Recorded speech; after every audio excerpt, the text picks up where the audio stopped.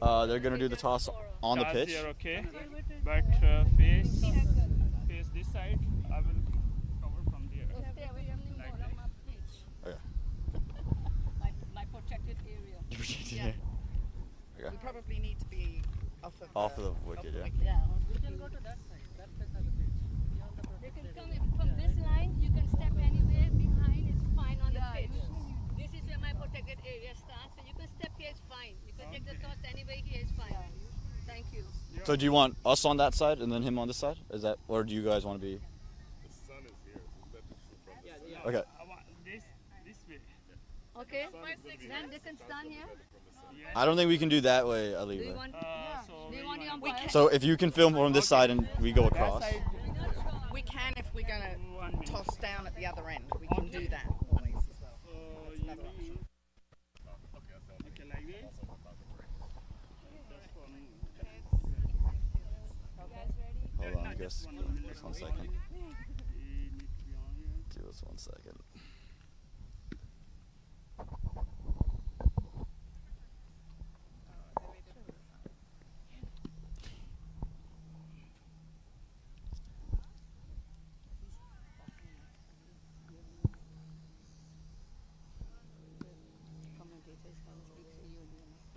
That's why I put you in it. Oh, okay. I didn't see all that. No. I was just watching them. You want me to call Daddy? We're looking at the Okay. scores room. Call Bajwa. Ali, you want me to call Danny? I can call him from my phone. You want me to call Danny?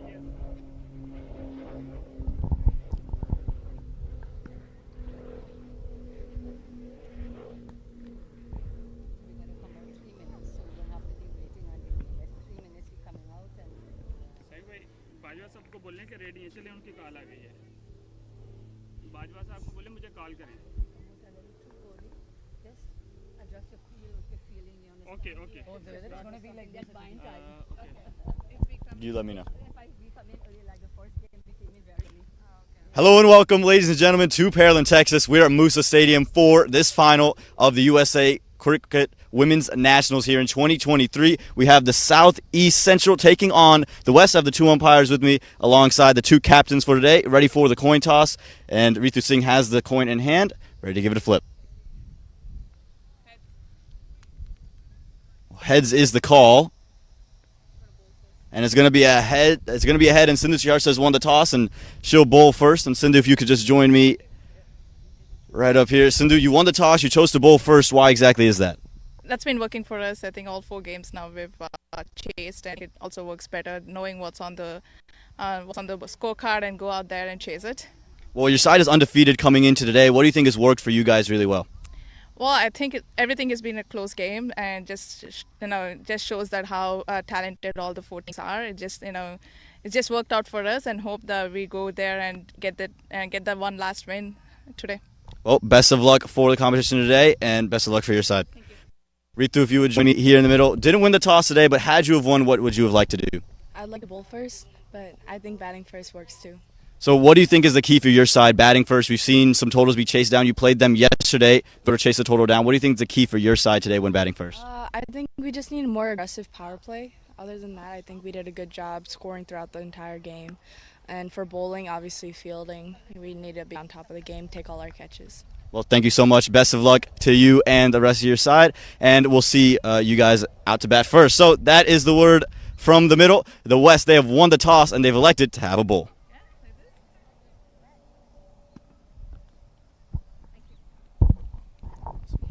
Thank you. thank you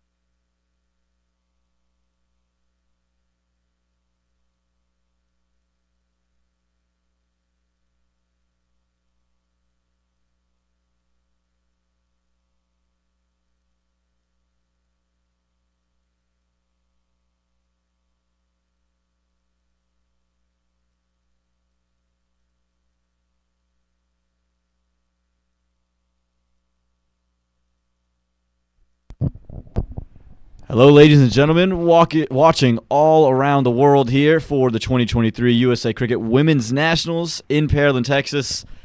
I know you've heard me, Aman Patel, over the past couple of days, but I have someone else with me in the box today. I'm very excited as Brian Walters, a legendary Brian Walters, joins me here in the commentary box for this final between the West and the Southeast Central. Brian, welcome to Pearland, Texas. I know you're a local, but welcome to Musa Stadium. Aman, it is such a pleasure to be here with you. Umpires are walking out, Ivy Mahabir and Matali Venkat. You have been here before. You will know at this time of the year in Pearland, Texas, it is hot, humid, sticky. Current temperature 90 degrees. You can probably see that on the bottom left part of your screen. And the opening batters are on the way to the middle. This is going to be a really, really exciting game. Yeah, for those of you who didn't get to see the toss, the West, they won the toss. They elected to bowl first, and Sindhu Sriharsha, the captain, saying how they had been chasing pretty much all tournament long. They're undefeated. If you were watching the scorecard, you would have seen that the West beat the Southeast Central on Balkes Field yesterday, chasing down a total over 110. And so they'll feel confident about their ability to go and do that again. For the Southeast Central, Ritu Singh wanted to bowl first, wanted to chase, but there's still plenty of firepower for them to set a big score. We saw that if you can get the singles going early and then the boundaries flow, you can put pressure. We've seen the Southeast Central defend a total on this ground as well, so they'll feel confident about that. Again, Brian, this is two teams that have a lot of USA Women's National Team experience, at least under 19 experience, and two experienced sides that also have a lot of good young players as well. For somebody who has a passion for development, as I always have, it is truly wonderful not just to see women playing, but to see young women playing. We were talking earlier, some of these players are 13 and 14 years old. And so let's just say that the bench for the USA cricket environment is pretty deep. Love to see the more established players like Captain Sindhu Sriharsha play. But the younger young ladies who are coming along, I think, really, really augurs well for the future of USA cricket. Yeah, we spoke with the coaches of all the teams, and they said it's been a real help to work with a lot of these youngsters alongside the veterans because they just get a feeling that the game is growing and it's spreading through different pockets of the United States, as well as the fact that you have so many more girls and more women playing cricket throughout all ages, and Sindhu Sriharsha saying, man, she can't wait for 5 years from now when you see all these girls in the national side. As we get the first delivery, and starts off well, does the West. Looks like it's going to be Varshita Jamula opening the bowling here for the West.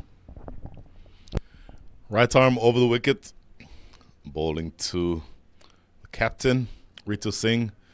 Ritu Singh, for my money, probably the most or one of the top two most explosive batters. Of course, you've been here all week, so you know. For me, she's probably the second most explosive batter in this entire match or in this entire tournament. Well, the first runs come on the board courtesy of an extra, and the Southeast Central, they'll feel confident about that, getting those extras on the board. Opening the batting today, though, for the Southeast Central. We'll get to see Ritu Singh later. Oh, no. Right now, it's Afia Kazi and Mitali Patwardhan. Two girls from North Carolina. Would have seen a lot of them. And you mentioned explosiveness. Afia Kazi showed off her explosive ability in the Southeast Central's first match, hitting an on drive to get off the mark to start things off, and showed her ability to go down the ground. So plenty of fireworks that are on offer here for the Southeast Central. Again, going to want to get off to a good start, leave those dot ball percentages, get that lower than what they've had in previous couple of matches.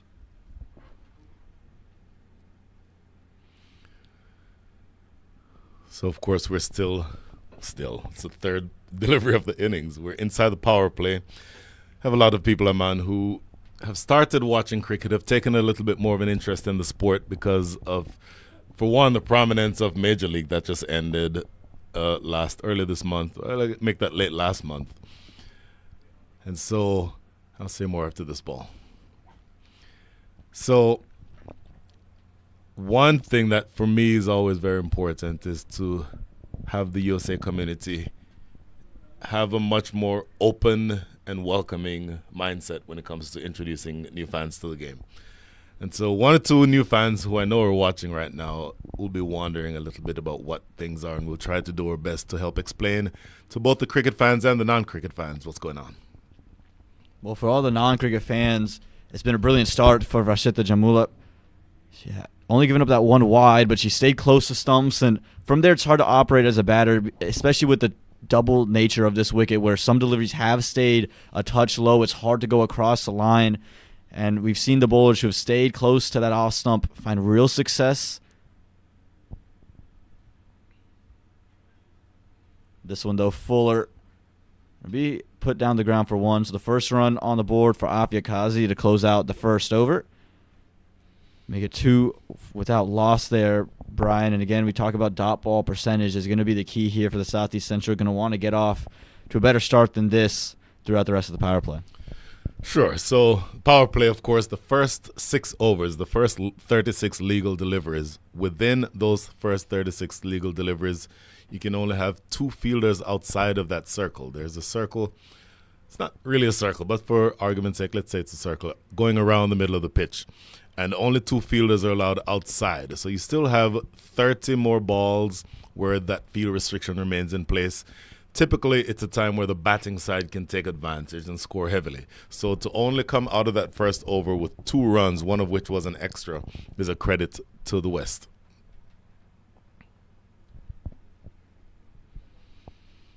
And we were talking about Rashida Jamula and how she opened the bowling and how good she is, and one of the newer faces amongst the side, just 14 years of age. We're going to see one of the more experienced faces, equally as young as Suhani Tadani, but a lot of experience for Tadani with the under-19 side, and that's why Sindhu Shiharsha has turned to her to open the bowling. Suhani Tadani bowling right arm over the wicket from, of course, as you know, Aman, a very prominent cricketing family on the West Coast.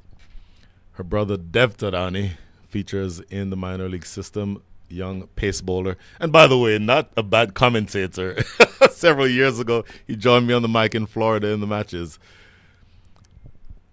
So I'm sort of slipping down leg, just coming off the bat or the body of the batter. So Suhani Tadani, very good bowler, very accurate, generally speaking. And to the extent that you're still trying to limit the opposition from scoring, she started out already 3 deliveries so far in this over, no run yet conceded. So you're going to want to make sure, if you are the Southeast Central side, that you find ways of scoring. Quick single taking this from Afia Kazi. Going to need more of those. Again, hard to get off the mark when you have Suhani Tadani bowling. And we mentioned already represented the national team, has played in the under-19 team as well.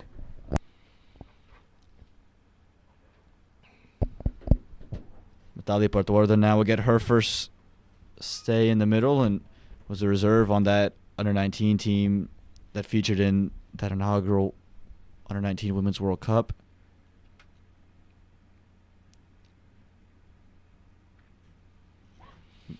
And again, that length we've seen and the line we've seen from Suhani Tadani, that's where you're going to want to operate. You see it just stayed a touch lower there, and something to watch for as you get through the innings. You mentioned it earlier. There was definitely evidence of that ball not quite bouncing as high as expected by Mitali Patwajan. So you're going to see that uneven bounce, something to take or to pay attention to. And again, the West, they're going to want to keep things tight. Again, when you're holding a team to a total, you're going to have to chase something down. To have just 3 runs after 2 overs, it'd be a dream start for the West and Sindhu Shiharsha. My goodness, just absolutely fantastic. Wanted to say a word, man, about both umpires. Ivy Mahabir is the umpire who is currently at square leg. The standing umpire at this point is Malati Venkat. I'll say more about Ivy when she starts when the over switches. Malati Venkat started playing as a state athlete in India and played leather ball cricket here in the U.S. I'll say more about her after this.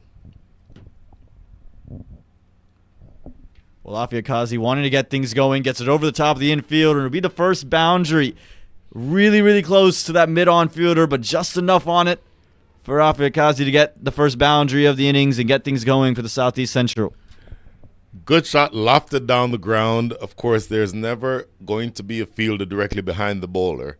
So if you hit the ball straight, that's always a safe shot. Now, you get in trouble if you maybe open up a little bit too much, have it going to mid-off, or pulling it too much, having it go to mid-on. As long as you keep it straight between those two fielders at mid-on and mid-off, you're always going to be able to get runs for that. Still inside the power play, so both fielders at mid-on and mid-off inside the circle.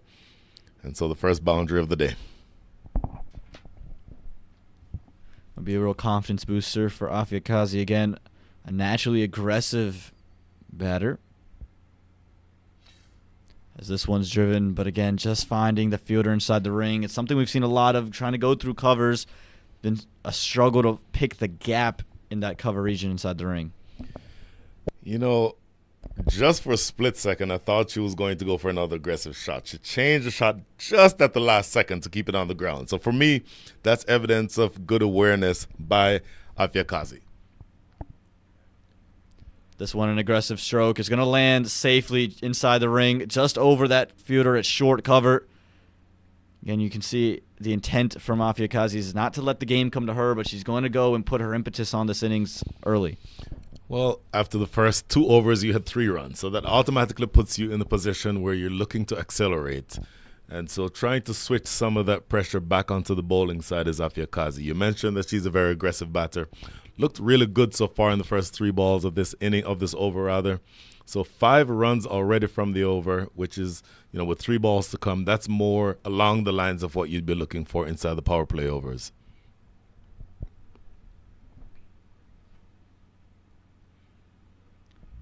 A big shout, and it's given. Batali Portwarden can't quite believe that she's been given there. But the finger's been lifted. And we're going to want to take a look. Was it the pad? Again, you could hear everyone inside the ring going up, so maybe a noise, but Portwarden shocked that this one's been given. I think she feels that it's come off of that left leg of hers. I will say that as an umpire, leg side catches are among the hardest decisions to make because clearly there's a noise because everybody on the field is appealing. As an umpire, you have to think, did it come off the bat? Did it come off the pad? Did it come off glove? So from that angle, it's a little hard to tell. Obviously, you have, as an umpire, to determine what are the things that would have happened had that ball come off the bat. For me, as an umpire, you'd have to see, as you see a little bit of a closer replay here, not a lot that you can tell from that angle. But clearly, she's not happy about the decision. But 2 things. Number 1, as an umpire, you have to make sure that you're convinced that it came off the bat. If you're not convinced, then you don't give it. So I'm going to assume and give the benefit of the doubt to Malati Venkat that she did believe it came off the bat. And then number 2, because this is cricket, you accept the decision of the umpire, you tuck your bat under your shoulder and you keep under your arm and you keep walking off. So the first wicket falling, maybe slightly controversial circumstances, but the umpire has made the decision, and that is the first wicket of the day. Well, 1 wicketkeeper batter will be replaced by another as Pooja Ganesh comes in with bat in hand.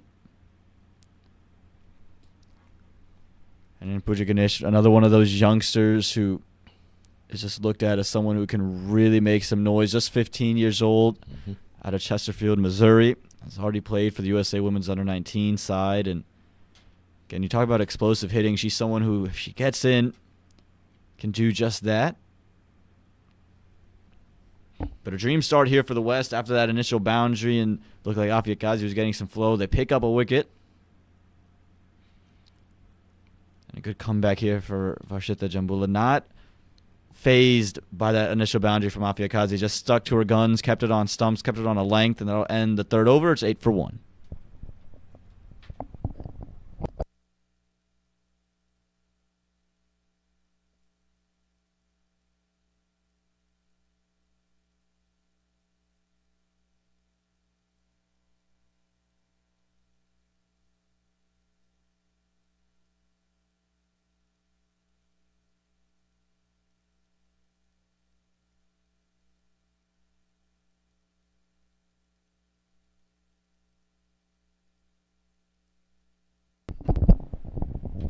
Suhani Thadani to continue here in the fourth over. We'll start on a length outside that off stump, and Afiakazi can't pierce the infield. Again, we've already seen the East yesterday chase down a total of 117, so we know there is an opportunity to chase big scores here on this ground. So if you are the Southeast Central who gave up 111 odd runs, it's got to be the target. That's why that one's in the air, but it's gone straight to backward point. Suhani Thadani, she struck. One leads to another, they say in cricket, Brian, and Afiakazi, she has to go. That is a big wicket. That is genuinely a big wicket. Afiakazi, one of the more aggressive batters that you'll see, as we mentioned earlier, looking to accelerate because the scoring rate up until that point had only been 2.53. So at that rate, you're only going to score around 50 runs. You'd need much more than that for the final. Afiakazi trying to accelerate, but only succeeding in lofting a pretty tame shot to backward point. Second wicket down. Well, for Sindhu Sriharsha, it helps when you can have an inexperienced bowler at one end bowl some tight overs, and with what Suhani Thadani is, and we know, again, all of her experience, we know she was going to be tight and hard to put away. So the pressure from both ends of the wicket leading to those wickets.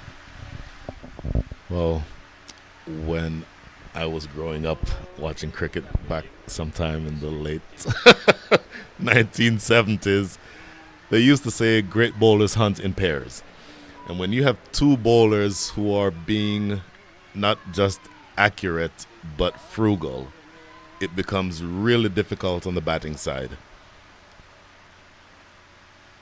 Well, good start here, and not a start you're going to want to see if you're Sasha Valambaneni, who's come into the middle and straight away gets one that ricocheted onto the pads. So again, Suhani Thadani looking threatening here for new batters, and with both openers gone, you have two new batters in the middle trying to find their way and rebuild here in the fourth over.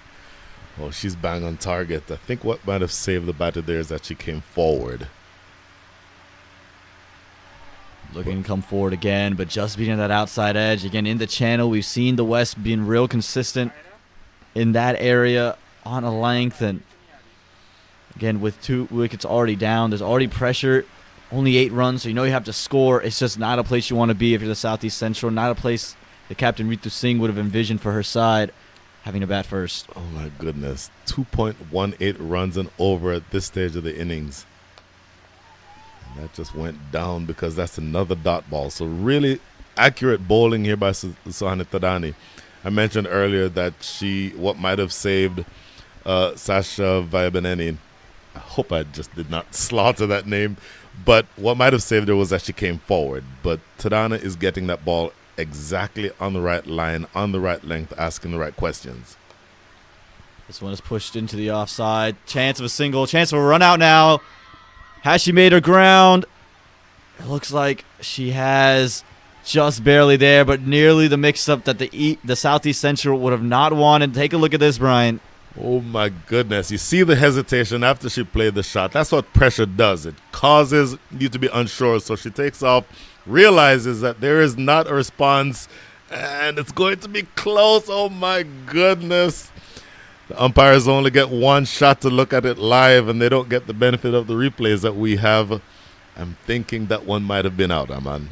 It looked very close indeed, Brian, and I think had we had an opportunity to go to replay, maybe a different decision. But again, if you're the Southeast Central, you say, hey, what about the Matali Partwarden catch out too? So there's some questions to be had there, right? Is there a little bit of karma involved? But it'll close out the fourth over. It's a wicket maiden that was from Suhani Thadani. It's 8 for 2 after 4.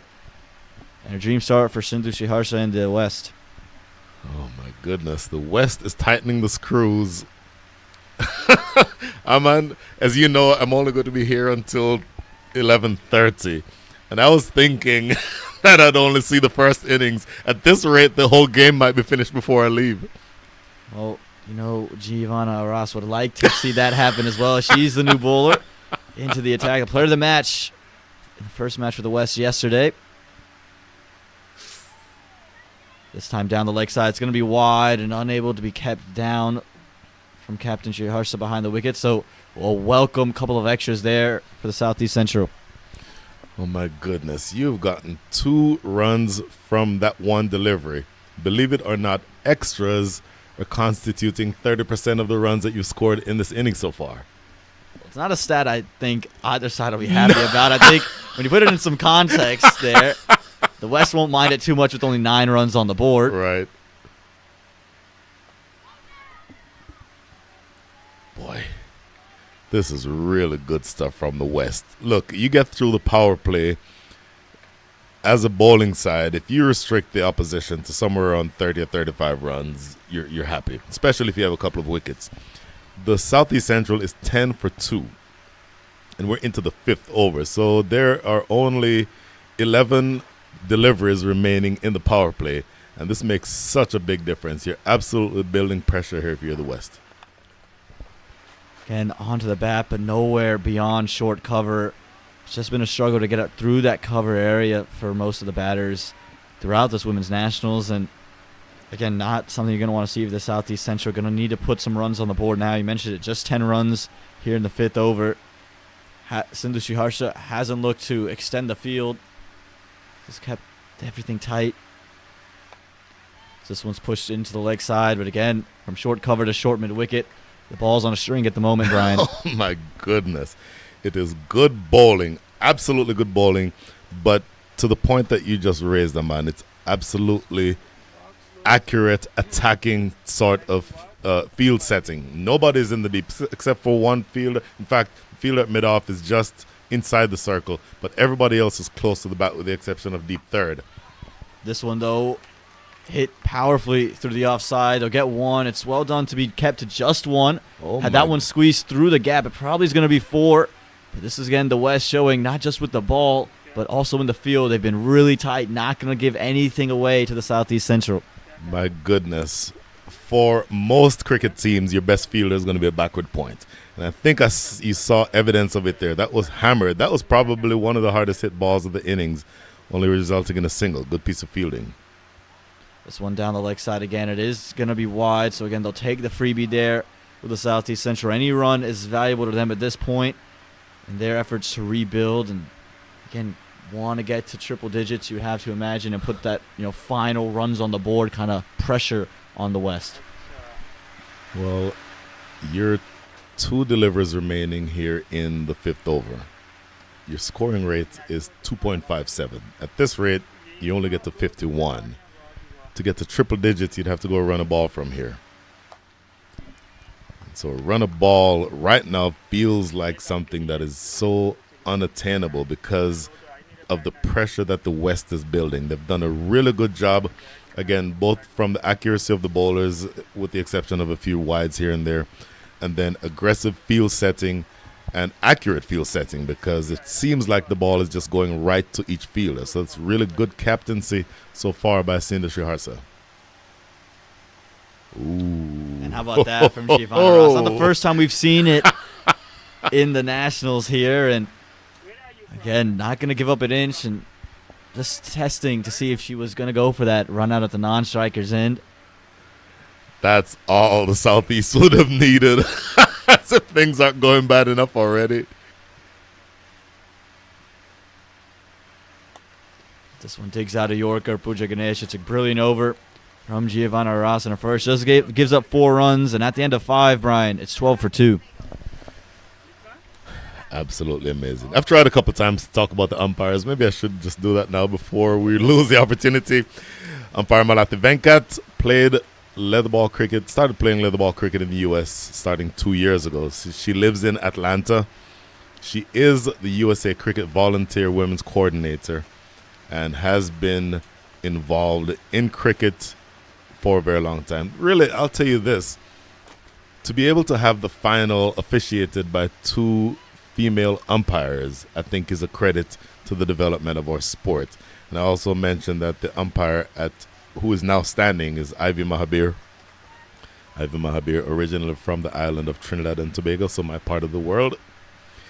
And she's a former USA player, founding member of women's cricket in the USA, certified ACO ECB umpire, certified level 2, and inducted into the Cricket Hall of Fame for the U.S. in 2016. So very high caliber, not just from an administrative standpoint, but also an on-the-field standpoint for Ivy Mahabir.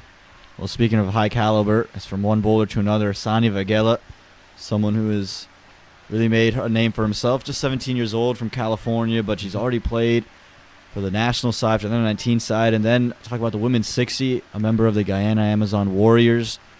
So someone who is quickly rose through the ranks. And as for her bowling like this, the angle's in, it cuts away off the wicket as well. It's tough to play. And she's someone who would have seen or been following USA cricket, not just, or family would have been not just for her, but for her older brother, Vatsal Vagela, who's represented the nation. So we talk about Suhani Tadani being of a family of cricketers. This is a family of USA national team cricketers there, the Vagelas. Goodness. So I'm just too wide there. But again, you can see off the wicket it moving away, and that's the problems and the questions that Sani Vagela asks is her angle in and then the cutting away from the right-hander. You're always playing inside the line and just worried about catching that outside edge or that off stump, Brian. Well, easy for me to say, easy for us to say while we're here in the commentator's booth. I wouldn't mind seeing an additional slip in position exactly for that reason. This one fended away. They're going to go for a quick single. Throw comes in. They'll get it in the end. It's good running this from the Southeast Central. They'll need much more of that as well if they have any hopes of putting up a big total for the West to chase down. Boy, that urgency needs to be there. You're now into the last over the power play. Make that 3 deliveries remaining in the power play. I don't see a lot changing because I still think that the West will keep a very aggressive field. But it's good to know that they have that option if they need to. This one slipping down the leg side. That may have just come off the body. No indication yet from umpire Ivy Mahabir. Yeah, that might have just come off the body. So, in fact, no indication at all. So maybe it was given as runs. But either way, you will take every run at this stage if you're the Southeast because runs are really at a premium. Absolutely at a premium. And can you think, was that an opportunity there for Sindhu Harsha as well? Maybe another wicket on the board. This one is pushed into the offside. Gets through short cover for 1. And again, it's deliveries like this and having this consistent interval where you're getting ones. We've seen 3 consecutive singles and the wide make it 4 consecutive runs in 3 deliveries. It's these kinds of phases that's going to get those Southeast Central back into this match here, Brian. You're absolutely right. So 4 runs from the over already with 1 ball to come. You've almost doubled the scoring rate so far for the innings. So you definitely need more periods of play like this. And even if you accumulate the runs in singles, that will help you to get to where you want to get. And you're certainly being helped a little bit now because the bowling is a little bit ragged. So far, 6 by my unofficial count, 6 extras, all of which are wides. And so almost a third, in fact, more than a third of the runs that have been scored so far have been extras. So you're the West, you're bowling well, but you don't want to sort of let them off the hook with all the extras that are all of a sudden coming to the fore. This one back onto stumps. They go for the quick single. Throw comes in. I think she's out. I don't think she survived this time. We were just talking about how they started to build things back and get things back together. But Sindhu Harsha made sure this time that Sasha was going to be out here. Again, remember the close call from that very end earlier. Take a look, Brian. They go for the quick single. Very late off the blocks with Sasha there, and I think that's what's led to her downfall. My goodness. Had she taken off exactly on time, it would have been close. She delayed for a good second before she took off running. Pretty simple work here. You see Sindhu Harsha she had not even grounded her bat to start sliding it yet. So really a very suicidal run. That's what pressure does, Aman. That pressure that has been building throughout this entire innings has resulted in at least 2 of the 3 wickets that have fallen so far. That's a great way to close the power play for the West as well. Just 17 runs in it. 3 wickets have fallen here for the Southeast Central. Not the start they would have looked for or have wanted. And again, we almost had a run out earlier from the very same end, same batter. This time, though, it was meant to be for the West. And And you mentioned even with the throw being as high as it was, Nuja Harsa had to jump up. It was still simple work, had plenty of time to dislodge the bails. And again, the West finding wickets in regular intervals. It'll bring out the new bat. A lefty will come into the middle. It's Jessica Willantagamiu up with the bat in hand. She'll stay at the non-striker's end as Giovanna Ross continues.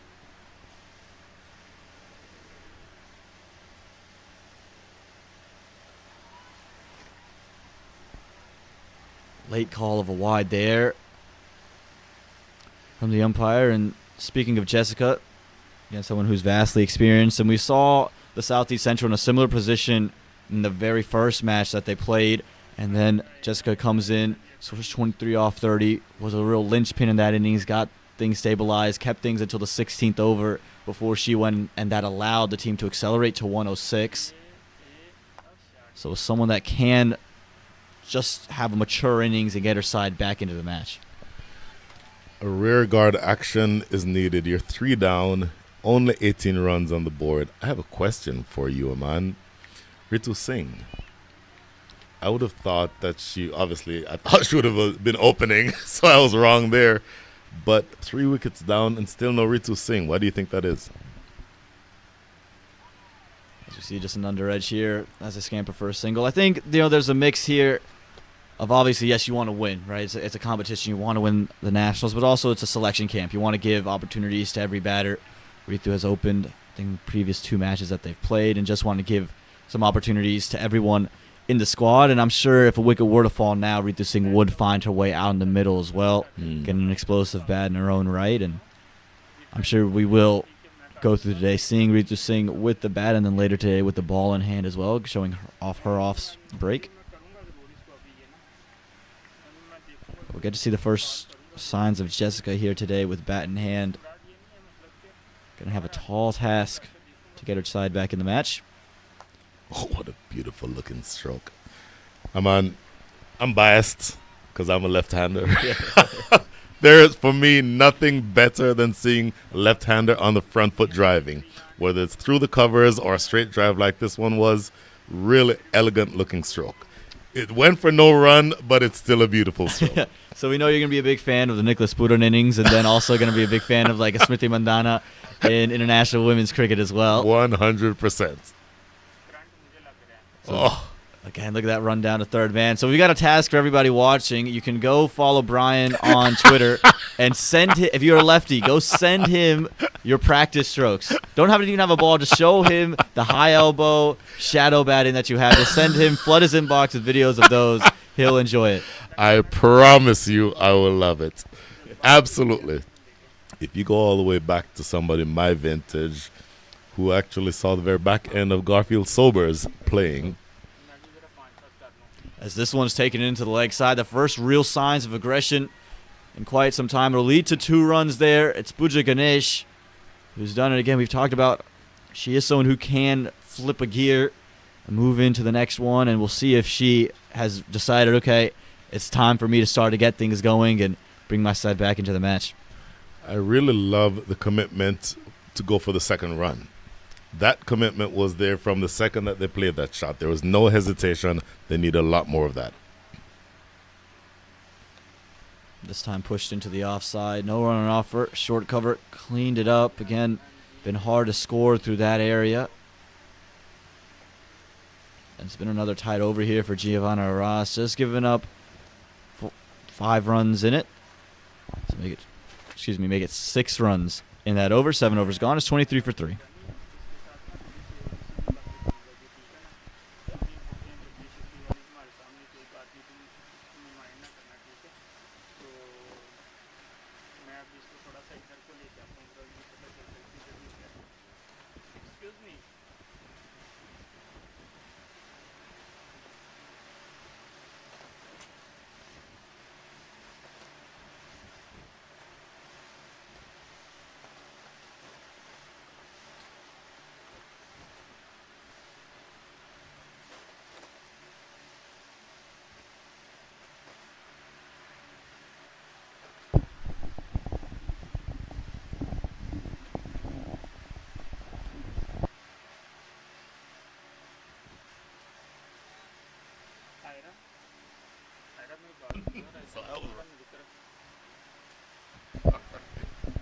We'll welcome you back here into the 8th over.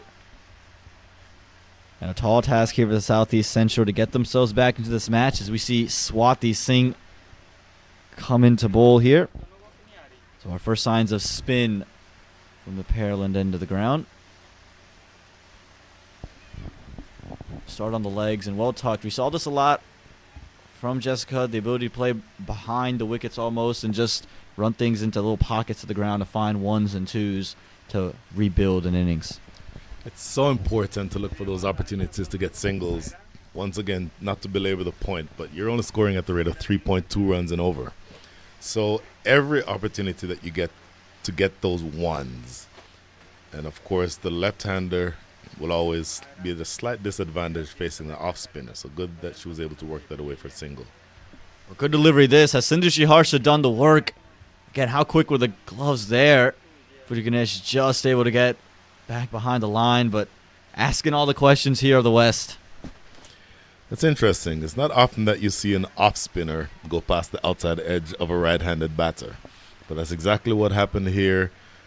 You'd probably say that Pooja Ganesh possibly played down the wrong line. It certainly went past the outside edge. And a quick piece of stumping attempted by the captain, Sindhu Harsha, but not successful in the end. Again, no run on offer there for Pooja Ganesh. And this is a good start here for Swati Singh. Right arm off spinner from Seattle. He's playing the Washington area with Giovanna Ross. As Pooja Ganesh comes down the track, and was this a catch? I think it was. A real soft dismissal for Pooja Ganesh, just looking to go over covers. Instead, hits one right to short cover. She's found that fielder on the ground a couple of times, this time in the air. And after it looked like she might be starting to get things going, Swati Singh comes in, takes it with the momentum, and gets her man. I think Pooja Ganesh didn't quite commit to the shot. She comes down just a little there, but she doesn't go all the way down, so she doesn't quite get to the pitch. And not having gotten to the pitch, your options at that point are either to try to keep it on the ground or to just absolutely throw the kitchen sink and get it over the infield. Not able to do either, and unfortunately just holding out a pretty simple catch in the end, straight to cover. Yeah, it didn't look like she was quite there. As you mentioned, almost felt like she almost kind of wide yorked herself. Didn't really give her an opportunity to get under the ball. But Brian, you talked about it earlier. Where was Captain Ritu Singh? Well, she's out in the middle now to join Jessica Willanthagamua. And she has work to do here in the middle. The question to be asked, because Ritu Singh is a naturally aggressive player, as we've said a few times. Does she play her natural game, or does she think there are 4 big wickets that have already fallen? I need to bat through this innings, so I need to maybe put some of the more aggressive shots in my back pocket for the time being. Looked like she was just trying to run this one away for one and found a leading edge there. And again, for Swati Singh, her first over has been brilliant, showing off all the excellence, even bowling to 2 right-handers. On stumps again. Late call for a single. It looks like they will get it. Fielder at long off on, and they're going to need plenty more of that as they close out the 8th over. Another good one for the West. It feels like we've been saying that over and over again, Brian. It's 24 for 4. 24 for 4 after 8. That projects Aman to a score of 60. Even though it is a final, and chasing runs in a final, you can almost add maybe 20% of those runs for the equivalent in a regular season match. What I mean by that is 60 runs in a final is probably close to like 80 in a group stages match. But still, on this wicket, with the sun baking down, I think you're going to need at least triple digits. Triple digits, I would think, would be the bare minimum that you'd be aiming for here. If you score a run a ball the rest of the way, 6 runs and over, you get to 96. So Ritu Singh has to be telling her partner, Jessica, and you've said her name several times, and I've been trying to not have to say it. Let's just say Jessica. She has to be telling her, look, we need to look for a run every ball. And if there's a dot ball, then we need to see if we can find a way to convert a 1 into a 2. because it is becoming at that stage of the innings where you're going to have to start manufacturing runs. The task won't get any easier because the bowling quality is just going to continue to stay high as Chitna Reddy Pagyatiala comes into bowl, showing off her left arm orthodox. We heard Sindhu Harsha in the commentary box yesterday talk about Chitna Reddy and how she's just a joy to have in all three facets of the game, can really affect the game. As this one's in the air, what is the catch? We talked about it. Kidding. All three phases of the game, Ritu Singh looking to go straight back down the ground, and a brilliant return catch taken by Chitna Reddy straight away. Guess the captain. You have got to be kidding. That might have been the hardest hit ball of this entire match. Smashed right back at her to her left. She's left-handed, so that would have helped. But my goodness, you have to be able to hold on to this. Look at this. Absolutely smashed by Ritu Singh, and she snatches it so casually. What an absolutely brilliant dismissal. Did it all herself. 5 wickets are down. You can see the smile from Ritu Singh as she's walking back, just in utter disbelief as we all are. Again, the ball was hit well. There wasn't much wrong with the shot. It was just that Chitna Reddy was quick to react to it. And again, nonchalant afterwards, just quickly threw the ball down, went over to the huddle, said, yeah, I do this. And again, it's what Sindhu Harsha was saying, a gun fielder is what she called her. Someone who's terrific with the ball in hand, and she's proven that straight away. Taking a wicket in her second ball, and we'll bring out another experienced campaigner in Geetika Kodali, who another aggressive bat, but not what the Southeast Central would have wanted, seeing the captain walking back to the dugout. After Apyakazi hit the 4 down the ground earlier, I said that there's always room down, straight down the ground because you can't have a fielder behind the bowler. Well, this, by all measurements, is a good shot. But you absolutely cannot expect that the bowler is going to take that catch. That is just an absolutely stunning piece of work. Absolutely stunning.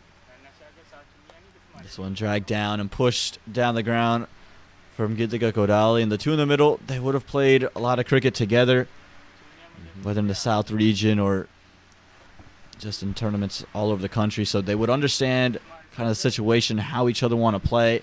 Now here's going to be an interesting matchup, the left arm orthodox to the left-hander.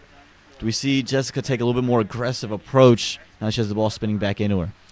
Well, she just glanced over her shoulder at that fielder at deep mid-wickets. So she's probably thinking, what can she get away with in that area? Interesting that Chetna is staying around the wicket to the left-hander, wanting to keep out of that hitting zone. I think that's a good ploy. Yeah, we saw yesterday for the Southwest, Uzma Iftihar go around the wicket to the right-handers, the right arm offie, and just had it sliding across and found great success with that. This one hit in the air. Fielder is there, but it's over. And it's going to run all the way for 4. We talked about it. With the ball spinning back in, it just allows you to be that much more aggressive. And Jessica, she gets a boundary on the board. You need a whole lot more of those. As I mentioned, 2 deliveries ago, you just saw her look over her right shoulder to check that deep offside or deep leg side field. And she looked at that fielder at deep mid-wicket, obviously noting that there is an opportunity for her to score. Here you see that replay, just lopped in the deep toward that white long-on area. Good comeback there from Chitna Reddy, and you would have to say it's a successful over for that western side because they took the wicket of Ritu Singh. It's 29 for 5 after 9.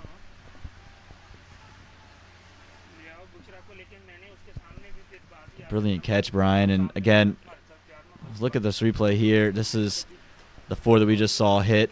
Getting a little bit more flight on offer and just eased into that shot there. And for Jessica, very smart, understanding where the gaps are, because easy look to have played a slog sweep instead. Just lifted it over the top of mid-on.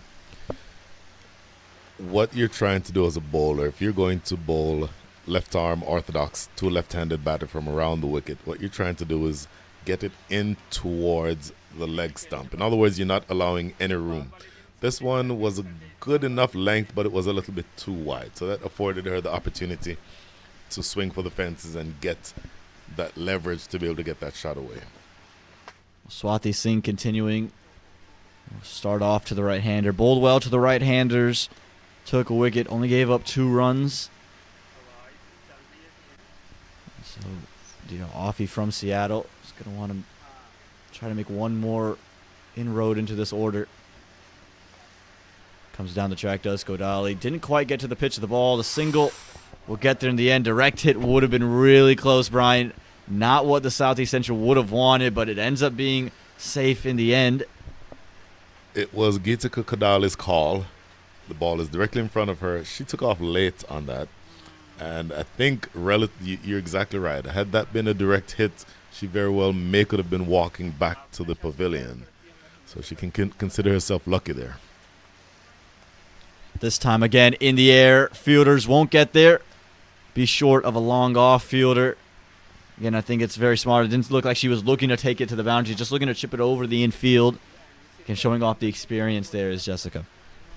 You're feeling a little bit more urgency creep into the minds of both of these experienced batters. They know it's getting rid stage of the innings where you need to start getting runs. That stage, and you can see Kodali upset with herself because saw one straight down the leg side, was looking to help it over fine leg for at least 4 runs, and she'll settle for the wide. You're going to feel like she's left a couple of runs on the board. Yeah. This time into the leg side, off the inside half of the bat. We'll find one. Boy. So we're almost halfway through this innings. Another 62 balls remaining. The score is 33 for 5. So you're only on target at this stage for 68. That's why you're seeing the urgency, because there's not a lot of time left. This one wide outside the off stump. Wide given by the umpire, much to the distaste of Swati Singh. It's interesting. If you look at the field, there's a deep backward square and a deep square leg. They're probably 15 yards away from each other. So you're certainly expecting the hitting to be going in that direction. But that's a curious field for me with an off spinner to a left-hander. Especially with how wide she looks to be bowling. It seems like the ploy is to go well outside the off stump. So wouldn't really expect Jessica to sweep from there, especially on a full length. This one tucked into that region. Mid-wicket gives a throw. I think Godali's well home there. The call was clear. They got off quick. Remember, we saw Sasha slow up the blocks, and I think that resulted in her end. I think for Gitika there, she reacted to the call early, and that's what allowed her to be home safe. It's the basics. It's a call and an immediate response. And assuming that it's a safe enough run, the idea is to be committed to the call and for your partner to respond. That's exactly what happened there, and that's exactly what the Southeast Central needs to do from this point onward. Remember, you're looking to have at least a run of ball the rest of the way. Down the leg side. This time gets bad on it. It's going to race away. I'm not sure it's going to quite get to the rope. No, it'll just stick up in the surface. But they'll find 2 runs for Kodali. And that'll close out this first half of the innings there for the Southeast Central. Not one that they're going to want to remember. They had some good signs at the end of it. 10 overs are gone. It's 38 for 5. We'll have a quick drinks break here to the side. As, again, Brian mentioned earlier, it's very, very hot outside. So we get a quick drinks break in for all the members outside. And, again, 10 overs gone. It's 38 for 5.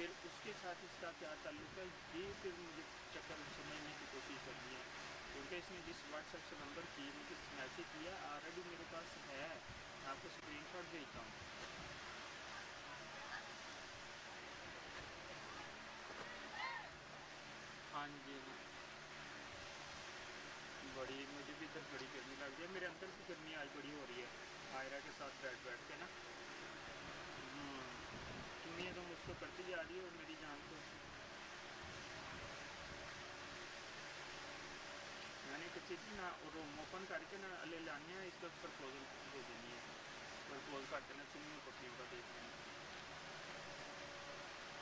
हाँ क्या सही बात है कि नहीं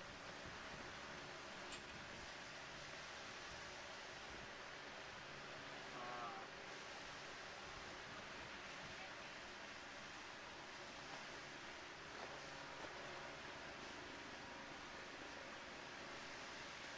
हाँ लड़कियों की सही बात है मेरी जान छूट गई यार लड़कियों से इसकी वजह से ना आयरा की वजह से लड़कियों से जान छूट गई कितनी लड़कियां तुम्हें पता कितनी लड़कियां आया करती थी पीछे तुम तो कभी बोलती नहीं थी ना छूटती रहती थी सबको पता था कि दोस्त हैं ये ना Back now for the last 10 overs of this first innings. मेरे कितनी ने And Jessica Willent-Tagamio picking up where she left off. We saw the urgency start to creep in the previous couple of overs after that wicket of Ritu Singh, and we Jetna Reddy Pagetiala to continue with ball in hand. And back bowling to the right-hander, which she'll enjoy more than bowling to Yes. left-handed Jessica. Completely. Relation में गया क्योंकि मुझे पता है कि मैंने किसी को इतनी जल्दी अपना दिल नहीं दिया मैंने So now a slightly more defensive feel as they go for a quick single. Slightly more defensive field, so you have a little bit more coverage in the deep.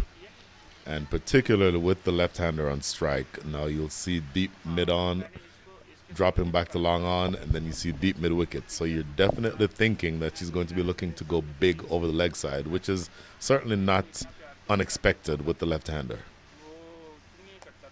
Does look to go big, but it's just one that's going to find its way to mid-on. Again, didn't look like she was really trying to go all the way, but you can see the aggressive nature of Jessica, just trying to find the runs wherever they are, understanding that there is a pocket, just have to find a way over the top of Chitna Reddy. We'll get one. Well, these two batters, I'll say more after this. This one's pushed into the offside. Fielders come around. They'll get one. Both of these batters are scoring at a strike rate of 100. Gitika Kodali now 7 from 7. Jessica W 10 from 10. So they're definitely doing what they need to do, these two. They just need to continue along that same vein. And 4 singles already in this over means that they're doing exactly that. There'll be that dot ball that Chitna Reddy was looking for, just sliding across the left-hander. Again, we saw her be more closer to the legs and the body. Now, just letting it move away on a length. I think that with that length, you can afford to be a touch wider and just let the ball move away. On the legs, it's just clipped, but straight to short mid-wicket. So after 4 singles, it's 2 dot balls to end the over. 11 overs gone. It's 42 for 5.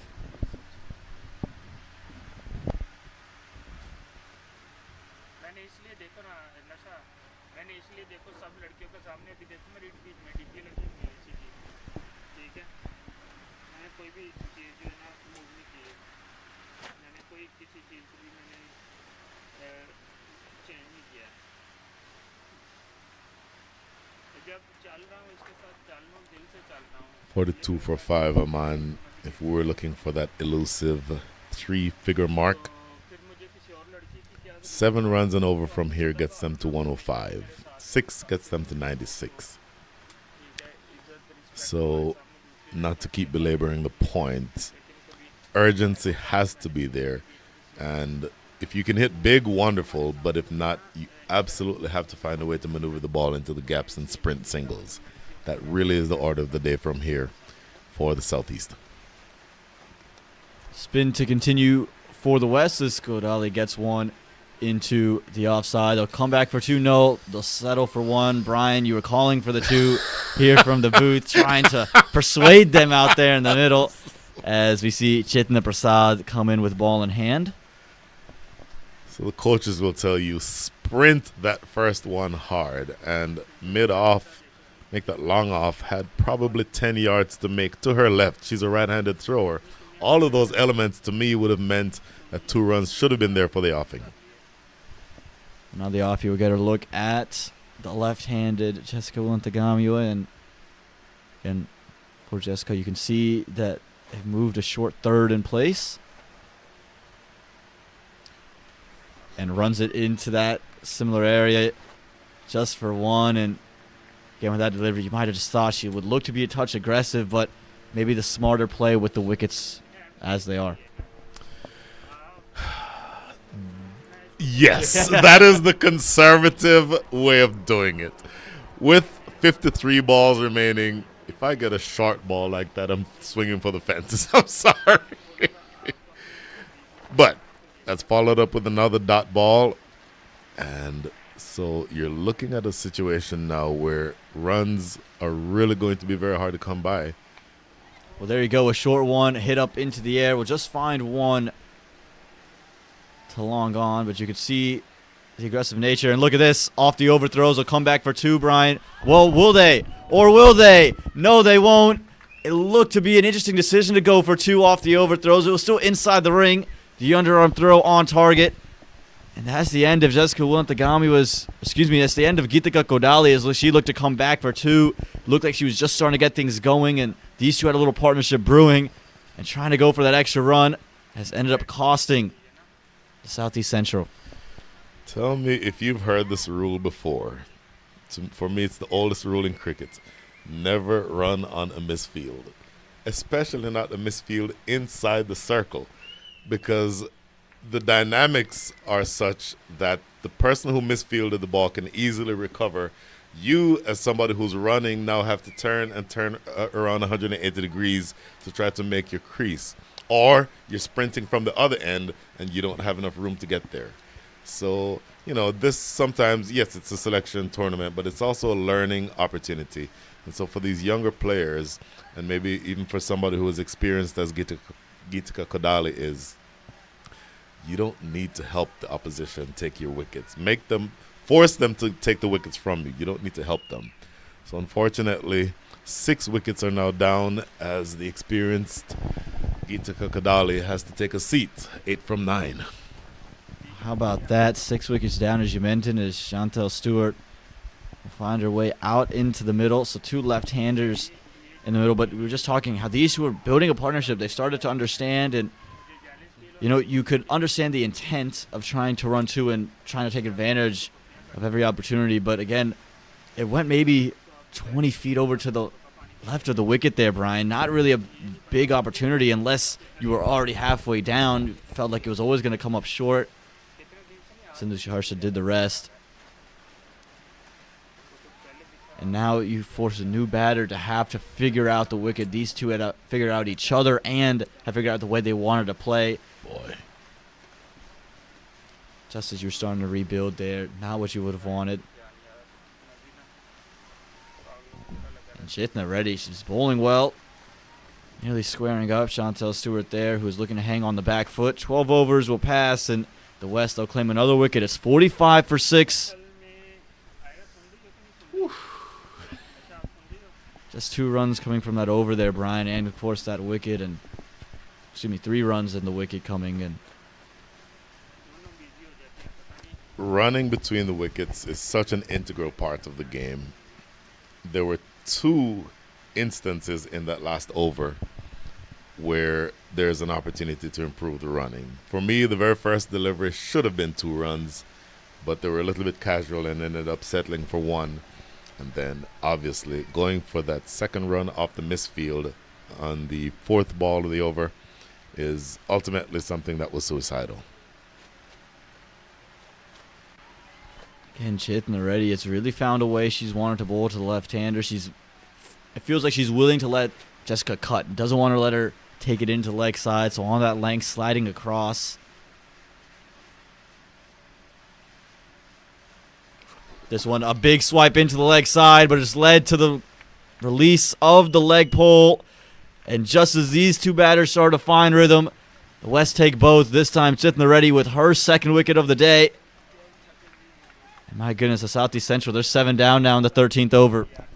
This is good aggressive captaincy. The normal thinking for the captain might have been, there's 2 lefties at the crease, now let's get the left-handed bowler off. But she keeps the left-handed bowler on, and she is rewarded a huge swipe and completely missing out, losing her leg stump. That's a good piece of bowling, but I think also it evidences great captaincy by Sindhu Sriharsha. Yeah, absolutely. And you talk about where that ball is. You talk about the previous delivery. It was on a length, sliding away from the stumps. This one, Fuller inviting that sweep, but because of, again, the two nature of this wicket, where the delivery could stay low, you would want the batters to play a sweep, go over the ball. We've seen that happen, where when you try to take it into leg side, you open up your stumps, and for a batter who was looking set, looking good, I think you're willing to take that risk. And again, smart from Sindhu Sriharsha, probably the plan and tactic, but also for Chetan Reddy to be able to execute that plan at just 15 years of age. He's a blooming young talent here for the USA. Absolutely amazing. So 7 down, we're 2 deliveries into the 13th over. Might it be that the new priority is to bat through the innings? Who could ever think that you'd have to say that in a T20 match?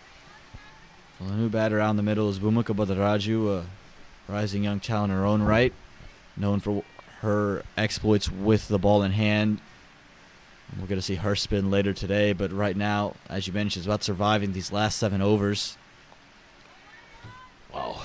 And you would have never thought that in a T20 match, huh? You would have never thought that you would have to go out there and just survive 7 more overs. But it's a real opportunity now for Chantel Stewart at the other end to show, hey, even in pressure situations, I can perform, get my team to a decent area.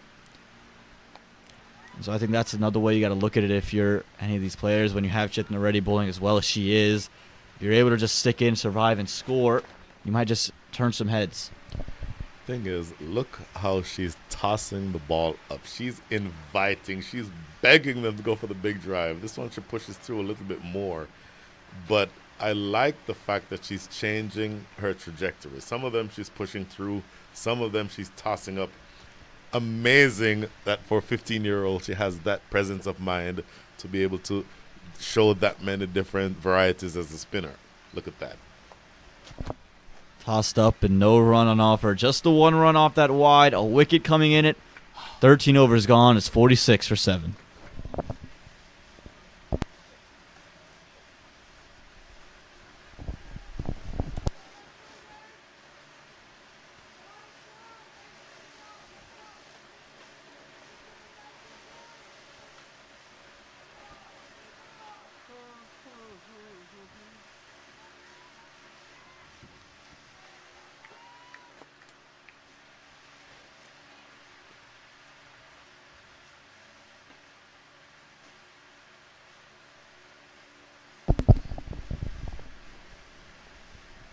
Look at this from Chantel Stewart out of Minnesota. Will get herself off the mark there with that signal as Chitna Prasad will continue with the ball in hand.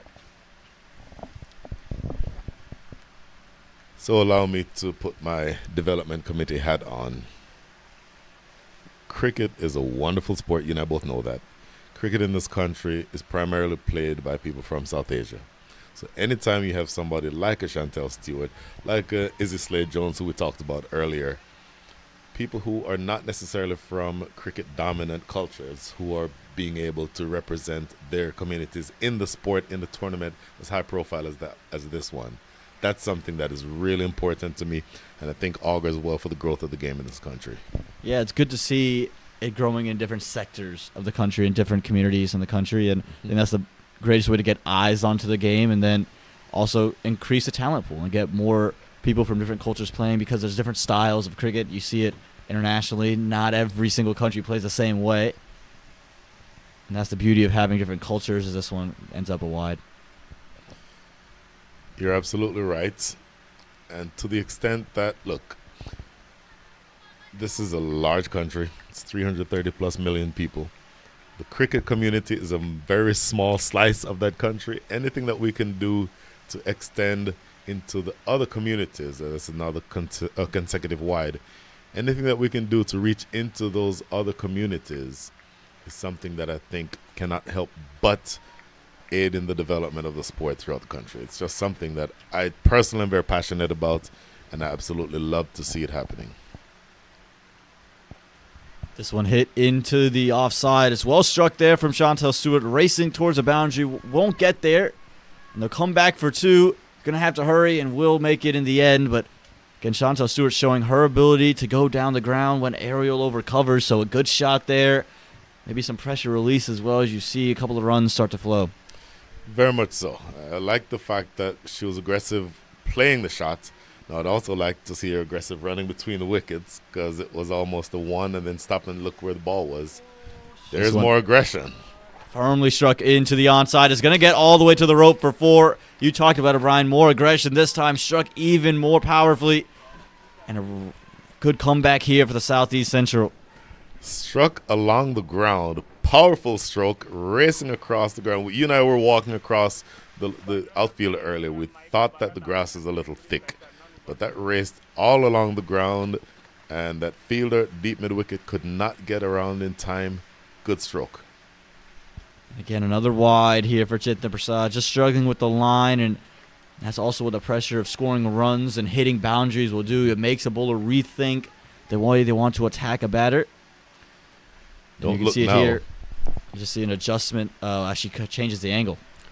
Don't look now. This is the most expensive over of the inning so far. 11 runs coming from it with 2 balls still to come. This time taken into the leg side again.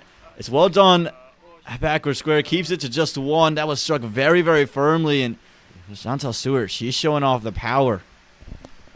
Really struck very powerfully. And in fact, I could try to be critical and say that they should have been looking for 2, but it was struck so hard and went straight to the fielder. There is no way they could have gotten a second run there, I don't think. This one pushed down the ground. Bhumika Badaraju wanted 1. Trouble at the keeper's end. Chantal Stewart had to hurry. She got there in the end. Throw didn't come out the way the West would have wanted, and quite nearly another run out at Sindhu Harsha's end of the ground. But they'll take this over the Southeast Central, the best over they've had so far. 14 overs gone, 59 for 7. Oh, my goodness. 13 big runs from that over. A 13-run over increases the scoring rate to 4. So that tells you what the scoring has been like from this inning so far. I have to tell you, if anyone from the Southeast Central is listening to this, they might have us muted by now, Brian. I should keep saying and keep talking about the run rates and how the scores have been affecting those run rates. My apologies. I don't live in the Southeast. I live in the South, but I know several people both on the team and in the Southeast community, including the person seated next to me. So. Will be another over here for Chitna Reddy. Will be her 4th. We're bowled them all consecutively, and so again, with how well she's bowling, why not just finish her off here as we enter the 15th? This one going to be down the leg side, though, wide. We talked about it, and you talked about it earlier, Brian, the extras being a big part of keeping the Southeast Central in the game. Well, they're starting to find too many extras now in the West. By my unofficial count, that is now 14 extras. And obviously, the score could have been a lot more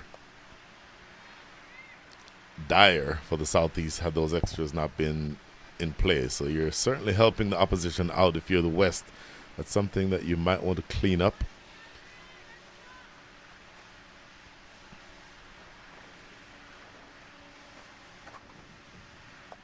It's been a good comeback since that initial extra. Again, you mentioned the variation in which she's bowling. It's impressive to see at just such a young age. We've seen that throughout the tournament. All the youngsters, they've shown an innate ability to be able to change it up, bowl different types of deliveries, and to see that from young women is truly impressive, as this one hangs just a touch low on Bhumika Badaraju. Boy, so another dot ball. 3 consecutive dot balls now after that initial. Well, if you take away the wide, 3 dot balls make that 4. And really good bowling apart from the wides. I know that sounds like it's counterintuitive. Trouble here, though. Yeah, she's going to be gone. Chantal Stewart, really no way she made her ground. Runs into Sindhu Harsha, though, and you love to see this. The spirit of the game goes straight over to Harsha and make sure she's all right. Again, you can see doesn't really feel good about that to Chantal Stewart. And she's going to have to walk away, though. She is out, and we talked about it, running to Sindhu Harsha's end. It's been tough. We're going to hope Sindhu Harsha's all right. I think just got the wind knocked out of her. It was a big collision. Sure. But Chantal Stewart goes, and another wicket falls for the Southeast Central. So 8 wickets down I think if we see a replay, the length of the pitch, I think you'll see that she takes off just relatively late, just there. Just doesn't have the urgency to take off at the last minute. There you see that collision, so that doesn't help. If you're the captain and wicketkeeper, you probably, as you mentioned, probably just got the wind knocked out of you temporarily. I think she's going to be fine. But I think the Southeast is not going to be happy with their running between the wickets today. And if you're looking for things to sort of go back home and improve and clean up, that may be the biggest area of opportunity from what I can see. Yeah, just hasn't been real clean between the wickets for the Southeast Central. We've seen opportunities for runouts, and we've seen 3 or 4 of them now. To see that consistently happening is just an unfortunate sign there for the Southeast Central. It's going to lead to a pretty low total. You see Sainanvi come in to bat. Sainanvi Kambadlapalli. Boy, I've done so many tournaments throughout this country. This is the tournament or the game with the hardest names to pronounce. No question. I'm restricted to just saying first names because there's so many of these I can't pronounce. In the West, well, they've restricted the Southeast Central just 60 runs after 15 overs. 8 wickets are down there, Brian. It's a real spot of dire for the Southeast Central. It's 6 for 8 after 15. So another 30 deliveries to go. 2 more wickets to get for the West. The problem for the Southeast is that it is not only the case that the West are taking wickets, but very frankly, you have to say that the Southeast is also giving away wickets. So if I were them at this point, the priority for me is just making sure I bat through the innings. I know you're batting with 2 lower order batters here.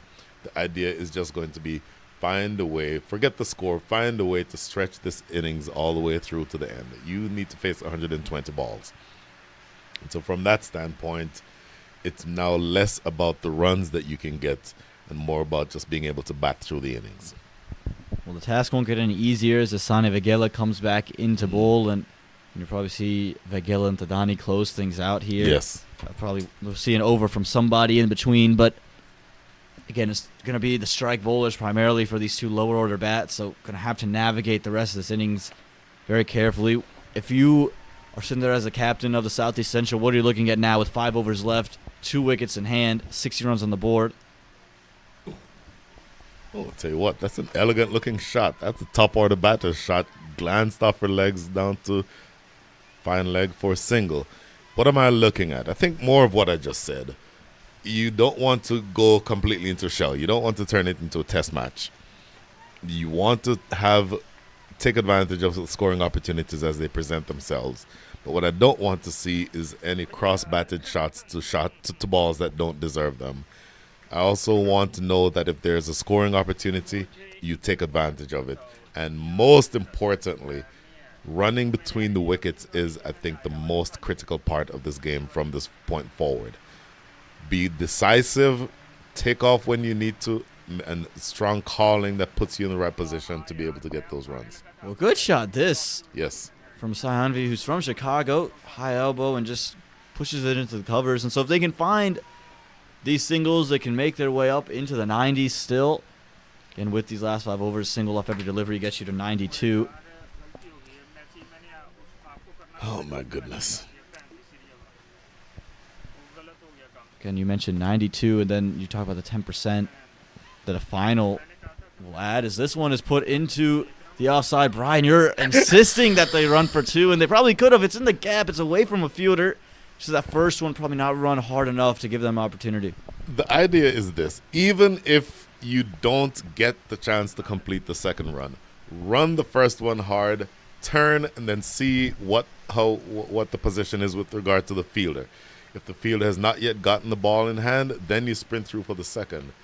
But you have to give the idea to the opposition that you have a sense of urgency to run those runs. If you're not doing that, if you're just essentially settling for 1, then I think you're hurting your own cause.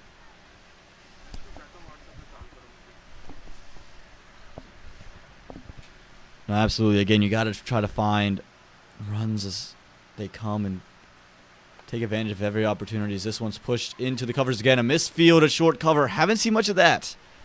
Most of the day it's kind of been a safe haven out there, but unable to find that ball there, and it leads to another single.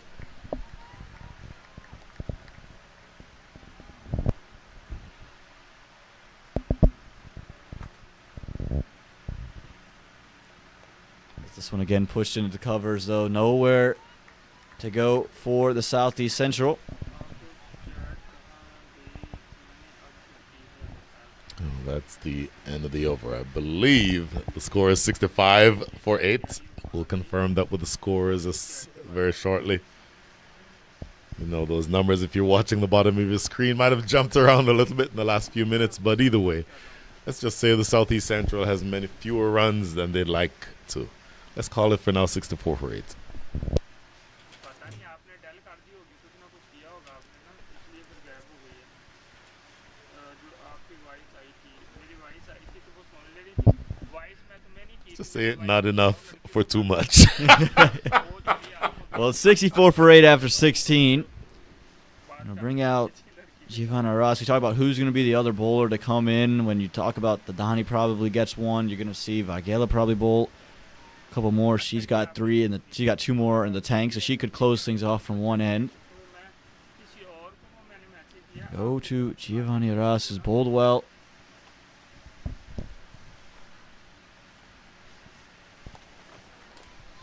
This one elegantly pushed into the offside, but again, the fielders are there. Shot. It's a good-looking shot. Even for a right-hander, though, Brian? I mean, it wasn't a left-handed shot or anything, but it was still decent. But after having played that shot, I still want to see, again, even if the run is not going to be there, at least appear to the opposition like you're looking for runs. Sometimes you come down the wicket a couple steps, and that might cause the fielder to fumble or not field it cleanly, and then a run opportunity presents itself. See now that they're strengthening the offside. They're taking the fielder from short, fine leg and brought them to point. So it's going to be difficult to pierce that offside field. How does she respond? Getting through the offside, and as you mentioned, that fielder that's just moved into that area, it's going to be difficult to pierce, and again, really elegant shots, but not getting any runs for them. At some point, you got to flip that switch. How about this? This is really good, a strong show of confidence in Giovanna Ross to set her a 6-3 field, knowing that she's keeping the ball outside that off-stump line. That's really good captaincy. Again, I keep saying it. You're rewarding your bowler by telling them, you know what, I have confidence that you can give me a consistent off-stump or fourth-stump line. I've strengthened the offside field. I want you to bowl to that field. And you've taken advantage of that by making sure that you have the ball on that line. That is really good bowling and good captaincy. Giovanna Ross, again, very, very experienced is Giovanna. 19 from the state of Washington, and has played the USA Women's Under-19 side. And then also, don't forget about what she's done at Fair Break as a part of the Sapphires, and Sindhu Shaharsa, of course, obviously playing in that competition, winning it in the latest edition in Hong Kong. And so again, we heard Shaharsa yesterday talk about how she's willing to let her bowlers pick their field. And again, Giovanna Ross is saying, you better stay in that crease. It's the second time we've seen her do this. It's the second time. Now, if there is a run out at the non-strikers end, the Southeast Central will only have themselves to blame. For one, if there's ever a run out at that end, the batter is the only person to blame. But there've already been so many run-outs in this innings that you absolutely cannot have another one. This one hits straight. It's going to go straight to mid-off. Throw comes in. Direct hit would have been out. Even a collection onto the stumps would have been out. Again, they were off in a hurry, both members, but it was hit straight to the fielder, and had that throw been on target, it would have been the end of Sayanvi. It was hit directly to mid-off. A clean pickup, has to be said. A strong throw. Just unfortunately for her, the fielder at mid-off, that throw wasn't exactly accurate, but that's a good piece of cricket. This one just hangs. No, it does go outside the wide line. You can see it's a late, and both parties were looking at the umpire at the end of it. We saw the batter look over. Was it a wide? Giovanna Ross turned around. Was it a wide? And so again, could have gone either way, that call. But an extra will give the Southeast Central something to look at in the over. Just 2 runs coming from this over so far with 1 delivery to spare. Fuller and Strader, and just had to be fended away. It's been a brilliant over from Giovanna. 17 overs gone. It's 66 for 8, Brian. Boy. So once again, thinking in terms of priorities the rest of the way, 3 digits are out of the window, I think. Can you bat through the innings? Can you manufacture a way to score 5 runs and over? Let's set a relatively modest target. Let's say, especially if you have a bowler who's bowling to the right field, maybe in the 18th or 19th over, you get to walk across and try to open up the leg side or access the leg side. Maybe you try to do something to have the bowler think a little bit. In other words, right now you're being very stationary and you're allowing the bowler to set the pace. You're allowing the bowler to control the conversation. As a batter, and they're 2 low order batters, so I can't expect a whole lot, but you have to sort of try to do something to change the conversation. That helps. It does help. It'll be 1 out to deep third as you see Suhani Tadani coming with ball in hand. And, Brian, they nearly did it again. They almost ran on another misfield, and I think that would have set Brian Walters in a spiral. Well, I don't have very much hair left, but if I did, it would have been going gray at that stage. And Suhani Tadani, that's just the second run she's given up today. Into her 3rd over now, and been really sharp as this one tucked into the leg side. A better throw, maybe could have asked a question, but they'll get home in the end nonetheless. And look, at this stage of the innings, you have 16 balls left. So maybe you start taking more chances. So maybe a ball that's hit directly to a fielder, you take the chance and take that fielder on. But my goodness, you have to make sure that you find a way to bat through the remainder of this innings. Well bowled there, just hangs inside the wide line. No real room to leave deliveries now. If you are the Southeast Central, you've got to look to throw your bat at everything. That was a ball that I think easily could have been cut. It was short enough and certainly wide enough. Scoring opportunity. You don't want to leave any scoring opportunities not taken advantage of. Like that. That's what I want to see more of. Well, it's hit nicely through the covers. It'll be 1 out to deep cover. But as you mentioned, it's the intent of that shot, looking to play it into the gap, looking to take advantage of that opening in the offside. Almost surprised to see Sindhu Charsha open up that offside, even with the 2 lower order batters, and we've seen the ability from Sainavi able to play in that area, but so I still would maybe dare her to try to find the gap. Yes. Good work from Suhani Tadani. We'll keep that to no run. Again, it's been good bowling as well. Been tough to come by runs for the Southeast Central, and it's a real tall ask to ask to your lower order to come in and score quickly and get you into a position. Mm-hmm. Well, you're bowling to a 5-4 field, so you can afford to be a little bit straighter if you're Tadani. This one just staying inside of Umuka Badaraju, just looking to take advantage of the width. Stayed maybe a touch lower, moved in a bit as well. 18 overs gone. It's 69 for 8.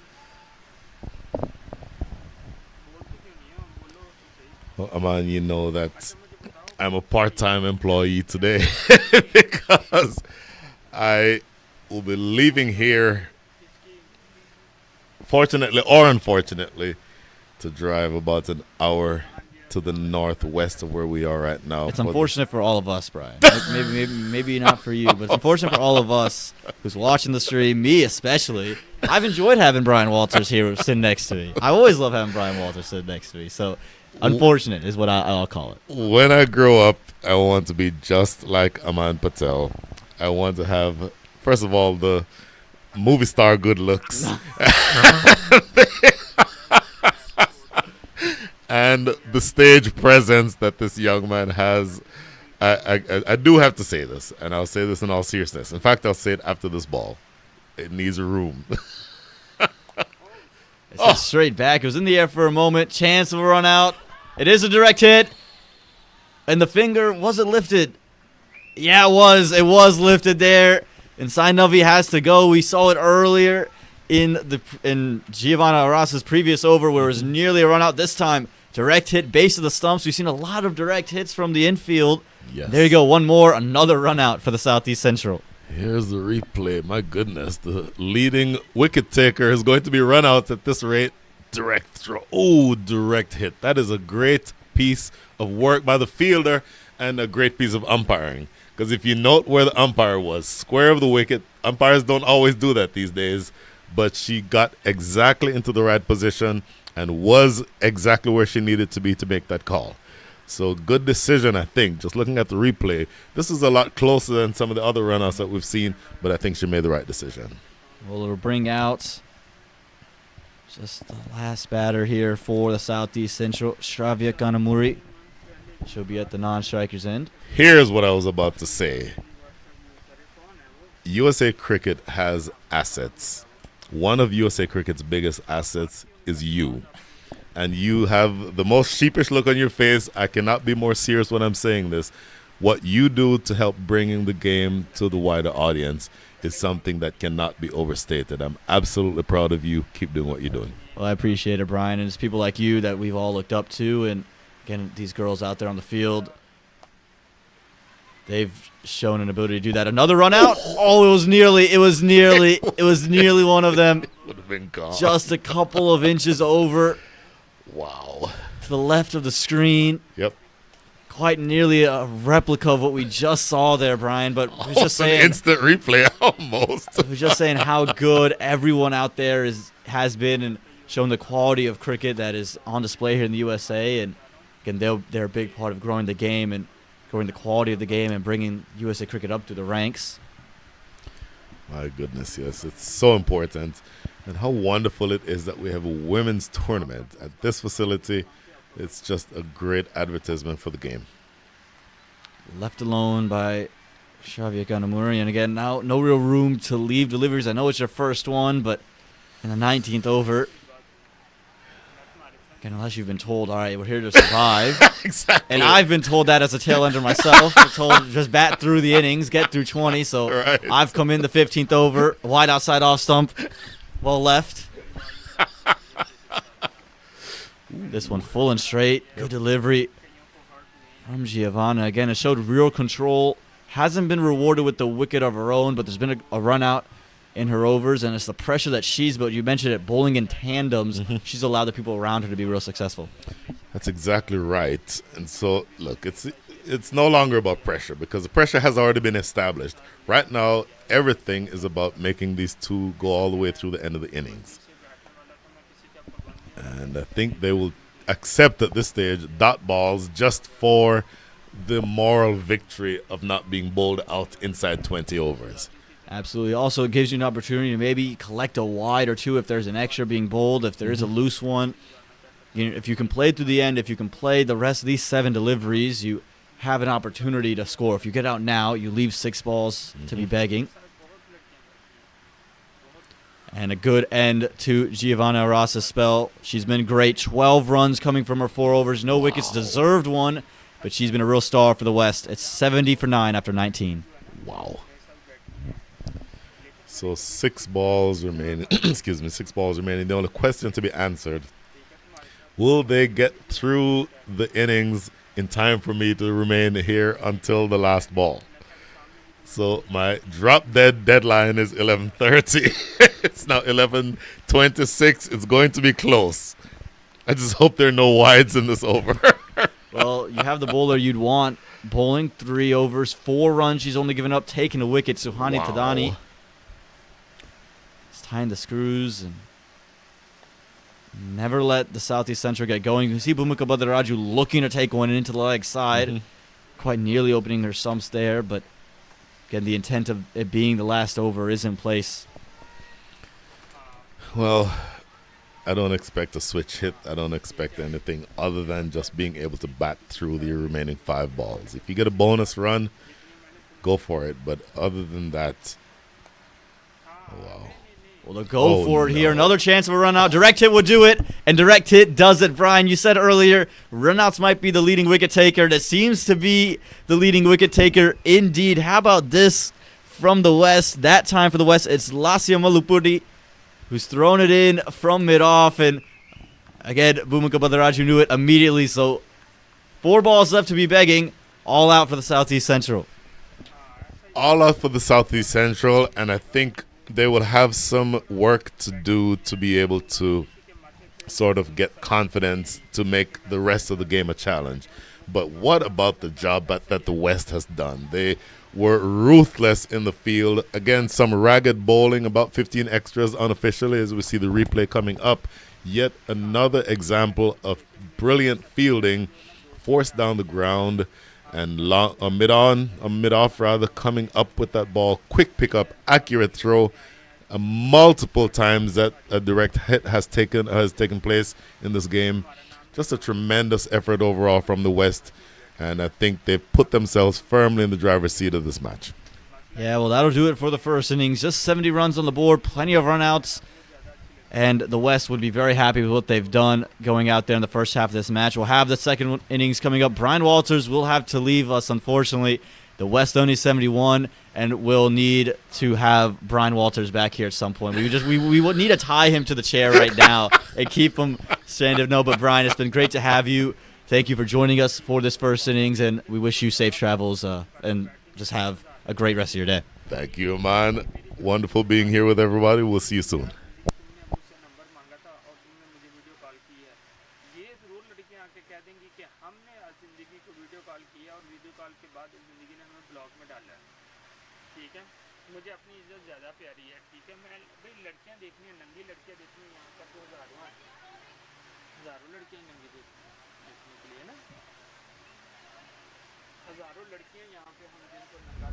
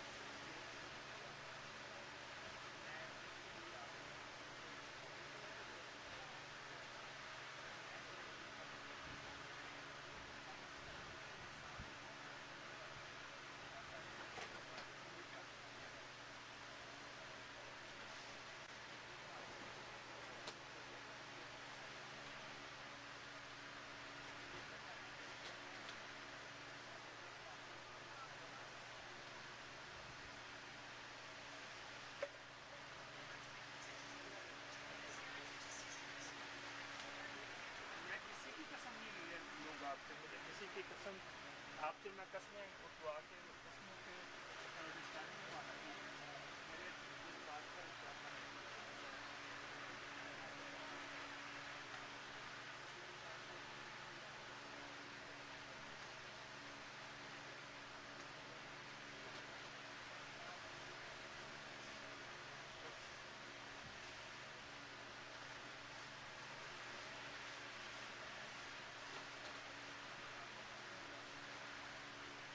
मुझे आगे कसम खा के बोला कि मैं ये लड़की नहीं लगता है।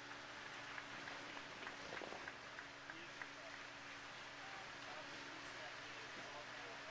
मुझे बोलना कि मैं सपनों से ज़्यादा उसकी बातों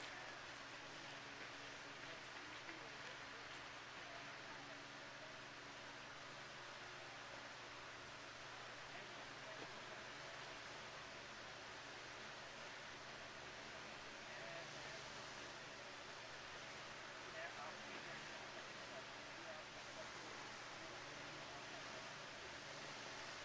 आप सबका तो आप आएगा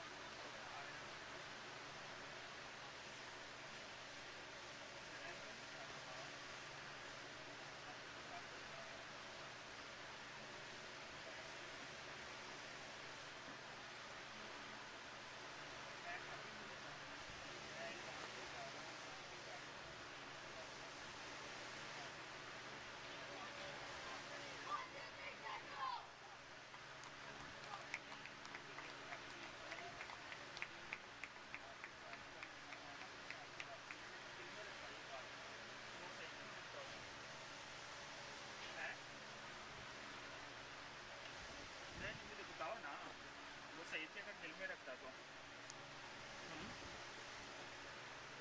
नहीं रोने की बच्ची में फिर मार खाओगी मुझसे रोने की बात की तो अच्छा तो मुझे मुझे कॉल वीडियो कॉल करो ज़रा मुझे रोती हुई दिखाओ कैसे रो रही हो सिर्फ फेस और सिर्फ 5 सेकंड के लिए उसके बाद बंद कर देना 5 सेकंड के लिए उसके बाद बंद कर देना सिर्फ ठीक है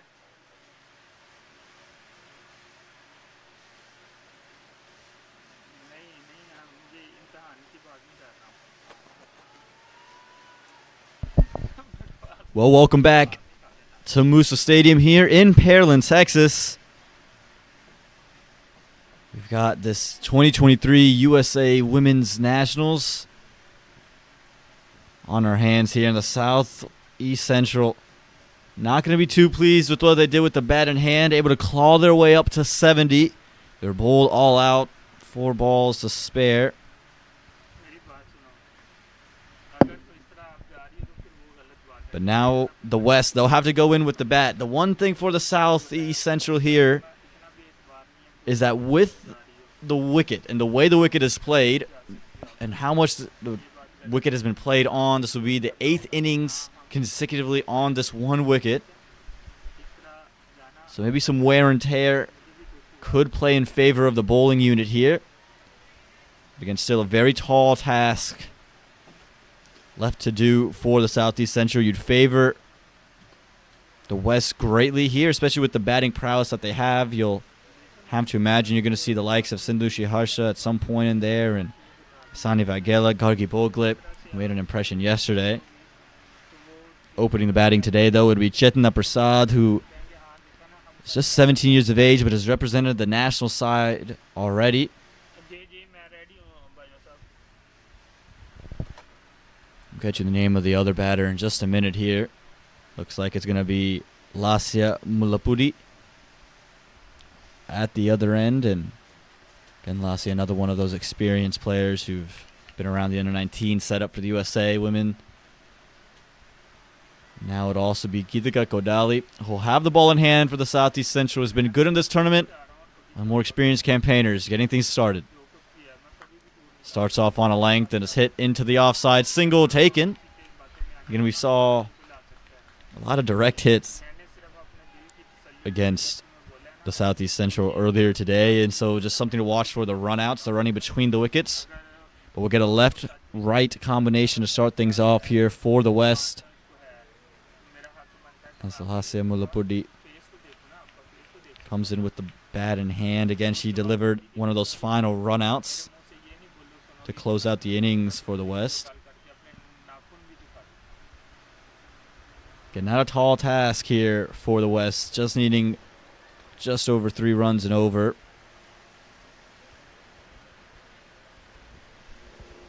Just has to make sure they hold on to wickets. Good bounce on offer here for Godali as they scamper off a quick single. I think a big key here is going to have the fielders in, and I think that's what Godali's gesturing over to her fielders, is that just let's be a little bit tighter, let's be closer. So I think with the way the score is and just the way these two have started and gotten off, is that they look to be looking for those singles. 95 degrees here, very, very hot, humid, humidity in the 90 percentile. We had Brian Walters with us for the first innings, and sad to not have him beside me for the second half, but pleasure to have him for a portion. Look at this carry. Haven't really seen this from this Musa wicket, and again, Godali, one of the quicker bowlers present in this Nationals, and she's getting some carry through to Pooja Ganesh behind the stumps.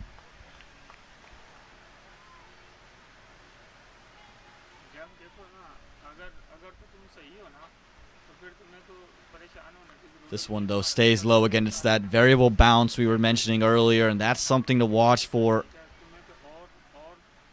the Southeast Central. It's just the ability to take advantage of that bounce. If you're operating around stumps, we've seen bowlers be very, very successful. Not just today, but think about in previous matches for the East. Isabel Slade-Jones, very, very good when she was operating around the stumps. And we saw that consistently for the Southwest yesterday. Think about Alexis Snigdha-Paul, the captain. Even earlier today for Chetna Reddy. Even Chetna Prasad will be opening the batting here for the West. Width on offer. Gets through to Pooja Ganesh. Getting some good movement in to the right-hander is Godali getting off the surface. Those 2 runs coming from this first over.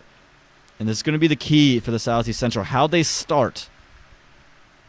Going to want to keep runs down and take wickets early. We saw that the power play was a struggle with the bat for the Southeast Central. They're going to need to win this power play if they have any hope of winning today's match and winning the tournament as a whole.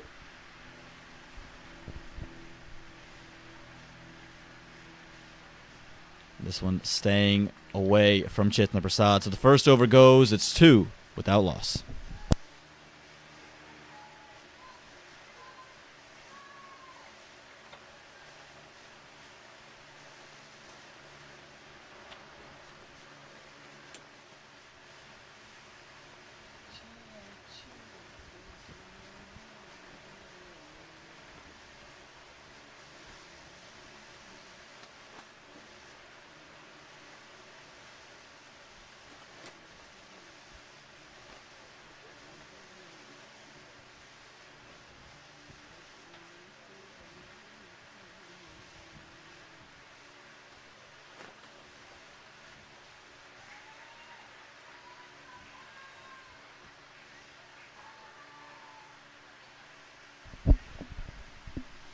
And with the left-hander on strike, it looks like we're going to see the captain, Ritu Singh, come on to bowl. Showing off her off-break early here is Ritu Singh. And again, the captain, who was undone by a brilliant catch with the bat in hand, will now try to make an impact on the game with the ball. Again, it's going to be about wickets, taking them early. This one fended away by Lasia. No run on offer. And can they build that pressure? Can they keep things tight here? Can the Southeast Central, and can they find a way to capitalize?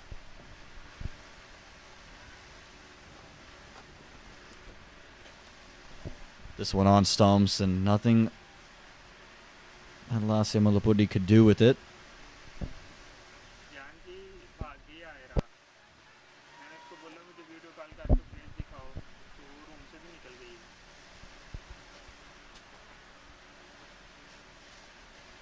It's a good start here for Ritu Singh. Of course, Ritu Singh, very, very experienced campaigner, someone who you would have seen operate and the USA Under-19 setup, as well as the national team setup. Just 17 years of age from St. Louis, Missouri. Again, the drop and run's not working for Lacia here. He's going to need to free her arms a little bit, look to play some more strokes, and get very quick between the wickets. And a thought of a run there. None on offer. This is good. This is really good from the captain. Going to need plenty more overs like this one. A wicket does follow a series of dot balls. This one cut firmly. Single taken. It's going to run all the way to the boundary, though. It's going to be 4. It's pierced the infield. And a much-needed break from pressure that for the West. And that boundary holds them through for the over. A big way to end. You just take a look at this. On that length again. Not much wrong with the delivery. A touch more width offered. But you can see Lacia clearing the front foot. Throwing her arms through the line. The ball, 2 overs gone to 6 without loss.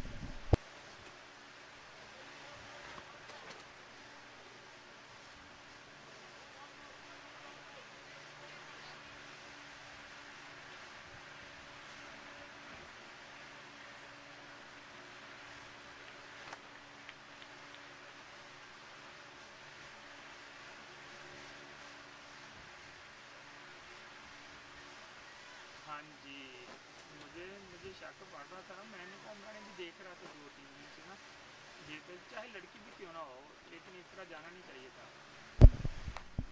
Godali to continue and continues with her dot balls. And all this is good and dandy, but it's going to be about the wicket here.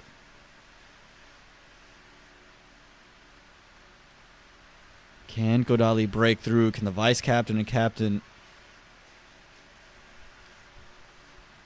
deliver? Look at this. Jitendra Prasad coming across her stumps. We saw when we heard Brian Walters talk about this earlier.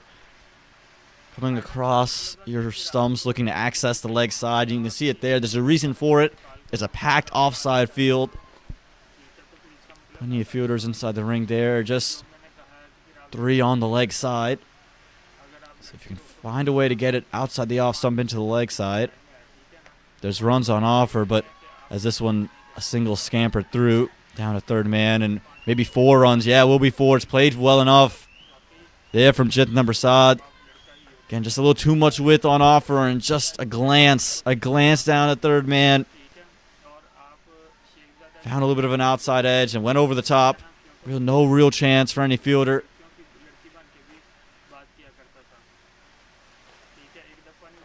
Look like there's a deep fine leg in place, but no real opportunity for that fielder. Maybe it is a deep third, just well straight.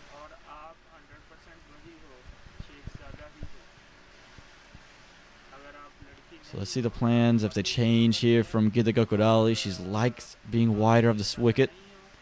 Again, wider of the wicket, and just worked in to short cover.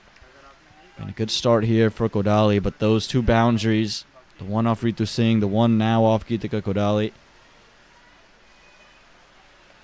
just eases a lot of the pressure that those dot balls bring. So it's going to be about taking wickets.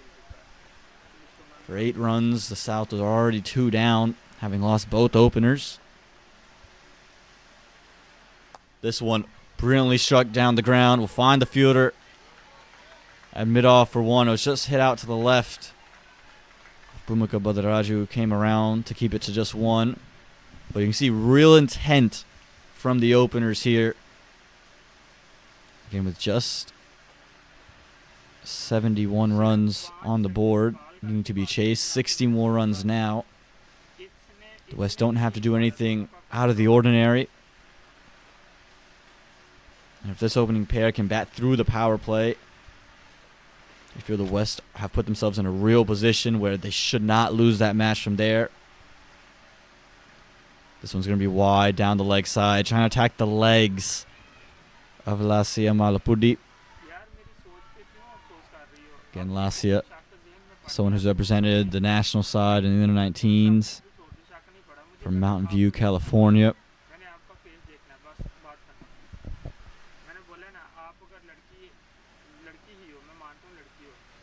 5 minute अगर आप video call कर लेंगे Big shout from Geetika Kodali. Says no, does the umpire. 5 minute नहीं sorry 5 second A little bit of distaste there from Geetika Kodali. We'll take a look at this. It's a good delivery again. This won't tell us much. I just want to get another angle, but if we take a look at this angle here, I think it found the pad first to end the third over. Maybe that from a straighter angle might tell us just if it was in line or not. We heard a big shout, but it wasn't meant to be. 3 overs gone. It's 12 without loss.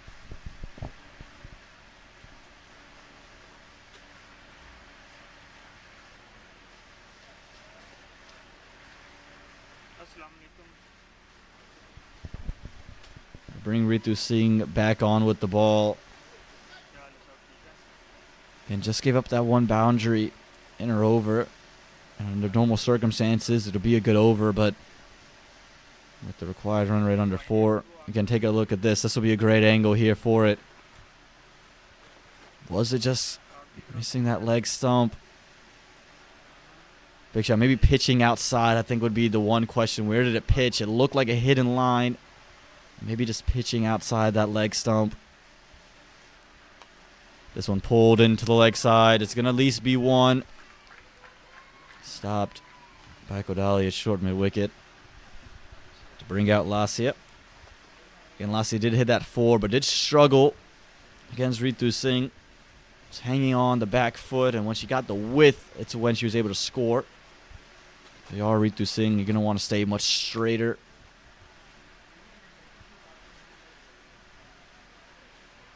ये कौन Edmund मांग रहा है किस लिए मांग रहा है क्या Ritu Singh has asked for mid-off to go back, and just as a protection for that shot. Again, that 4 that she gave up earlier. Welcome Kanchi क्या हाल है Hit through the leg side. It was short. Asked to be hit. And Lassia doesn't miss out. She'll find 4 more. Not a welcome sight for Ritu Singh in the Southeast Central, but the West, they're loving what the opening partnership is doing so far. भाई क्यों मसला है Struggling with the line there, and I think the line wasn't terrible, but because of the fact she was just short, I think she tried to go straighter because of how wide she was in that initial boundary. Just missed the length on that occasion. Did Ritu Singh. Pushes it out wide and well too wide. Will be another run there for छोटी screen पे देख रहा था मैं left side पे ball को देख रहा था कि उधर जा रही है the West, and the West again in cruise control at the moment. Required run rate well under 3. They're well above it at the moment. That's a better ball. That's the ball if you're Ritu Singh. Nothing else Lassia could really do with that delivery unless she's going to open up her stumps and look to take it into the leg side. No room to throw her hands through that delivery. This one strikes on the pad, well down the leg side, but again, a good comeback here from Ritu Singh after giving up 6 runs from her first 2 deliveries. तो यहाँ आ जाए ऊपर आ जाए SVEEP कर दो आ जाए This one pushed into the offside. No run on offer. Again, you can see being on stumps and being on that length, ये ना वोडका को आने दे जरा it's been hard to score. 3 dot balls after the initial flurry of runs. नहीं बैठो बैठो बैठो बैठो बैठो बैठो आपसे भी मैंने आपके पास भी आने वाला था मैंने मशवरा करना था आपसे भी Big shout, big shout. This looks straight in front. It is Lassia. She would have moved well across her stumps there. And just looking to turn it in to the leg side. Instead, opens up her pads, and that's the wicket. That's what the Southeast Central will need consistently throughout the duration of this match. In the West, after a strong start, they fall and lose their first wicket because of this delivery. If you take a look, flied it up, and again, that length, the line didn't give any room to Lassia. Again, just looking to turn it into the leg side, tuck it around the corner. But in doing so, you always have that danger of opening the pads. It's a good way to end the 4th over for Ritu Singh and her side. It's 18 for 1. हाँ बिल्कुल दुआ नाम के अच्छा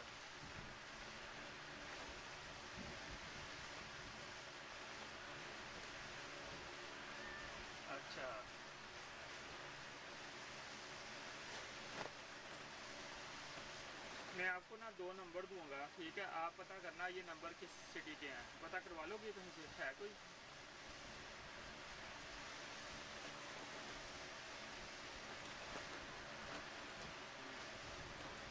आप वो भाग गई है ना, मैंने कुछ बातें की थी उसको, रूम से निकल गई है ना, मैंने उसको ना, मैं उसको 2-3 दिन से ना 2-3 दिन से देख रहा था कि क्या कर रही है क्या नहीं कर रही, ठीक है, तो मैं राइट में रूम लॉक कर लूँ।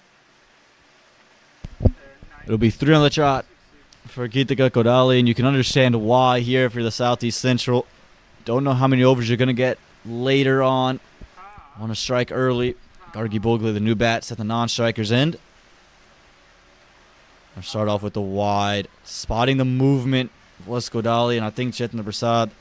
It's just the fear factor of her moving across the stumps is what's caused Kodali to push it out a little bit wider. Just straying too far out that time. And Gargi Bogle, she's the one at the non-striker's end. Had a big innings yesterday at Musa Stadium. Movement across, big shout. This one looks good. Straight away. Looking to access the leg side. Chitna Prasad saying it's come off the bat. But the finger has been raised immediately. You can hear the conversation being had with Prasad and the umpire, but not much one can do once the finger's been raised. Can you see her still having the conversation? Was there an inside edge on it? Take a look. Weather across the stumps. Couldn't really tell if there's an inside edge. Looked very confident there was, but that really looked to hit straight in line. And umpire's decision is the one that's final. Again, hard to tell on that look if there was any bat involved.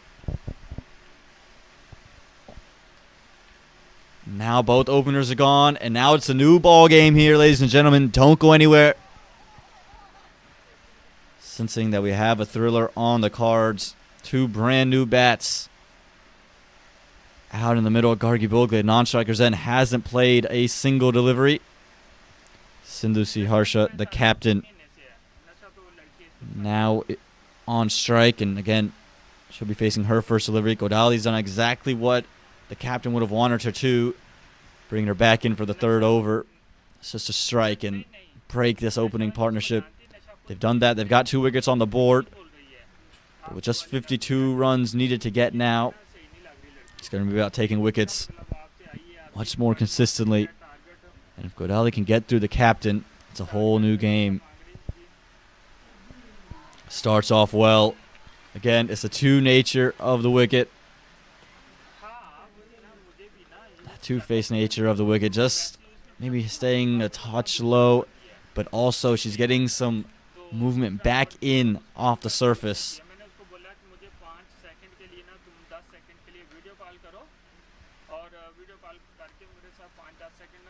This one run through 3rd man, nowhere to go though. Direct hit, and we've seen a couple of those already. Thinking about from the West bowling innings, how many direct hits that they have. Quite a few runouts. So something to watch for as these throws continue to find the stumps. The 2 in the middle, vastly and greatly experienced. Sindhu Harsha, again the captain of the national side. He's played all over the world, played back at India, has also won the fair break for the Warriors women in Hong Kong, and she talked about playing with the caliber of player was truly special and benefited her greatly.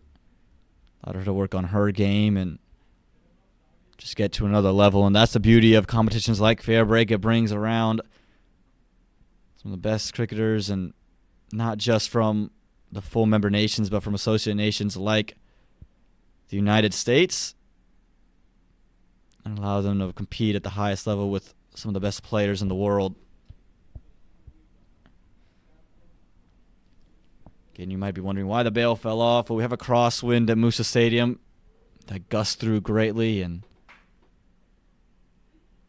we've seen that on occasion. Haven't seen it as much lately, but Geetika Kodali wants to get the stumps out the ground. This one pushed into the offside, single taken. They're going to get it. And quick running, clear communication between Bogle and Shiharsha. Gargly Bogley, a left-hand bat who's represented the United States and someone who's played the majority of her cricket on the West Coast.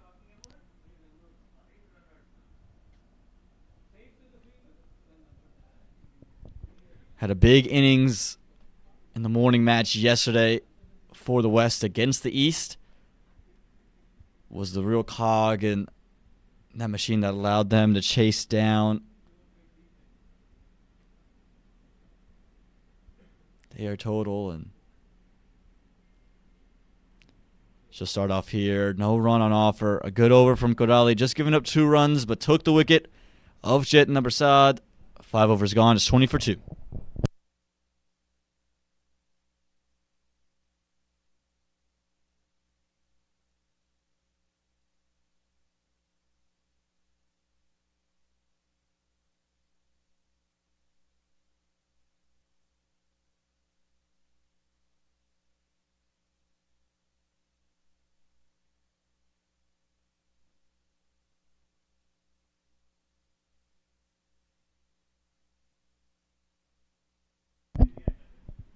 And Ritu Singh bringing herself back for the 3rd over.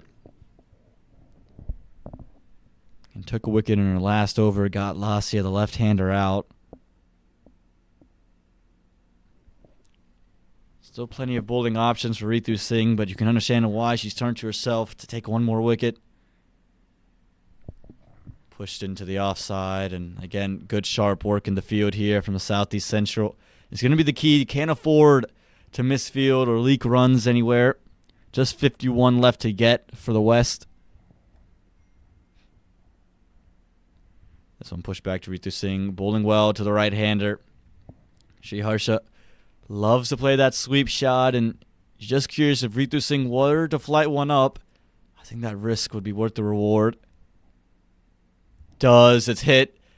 And it is going to pay the reward there for Sindhu Harsha. It's going to be 4 runs. We've talked about how it's hard to sweep on this surface.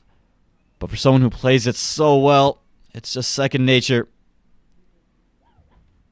And maybe a commentator's curse there for Ritu Singh as well, just inviting her to bowl that delivery. And again, we've seen on this surface that the ball could stay a touch lower and get under the bat through a slog sweep. The key was Harsha able to get to the pitch of that delivery. This one again pushed to the offside. Going to get through the fielders inside the ring. Has a deep cover out for Harsha as Ritu Singh. Keeps that fielder now who has become deep mid-wicket. A long off in place. So plenty of runs and gaps on offer here for Gargi Bogley. But Ritu Singh will have an opportunity to bowl to the left-hander, dismiss another one. Found great success when it was on the stumps and on a length. Was able to square up and get through the defenses of Lassia Malapudi. On the legs again, going down the leg side. But you can see the intent from Gargi Bogley was just to turn it into the leg side. So some inroads here for Ritu Singh, sensing a pattern.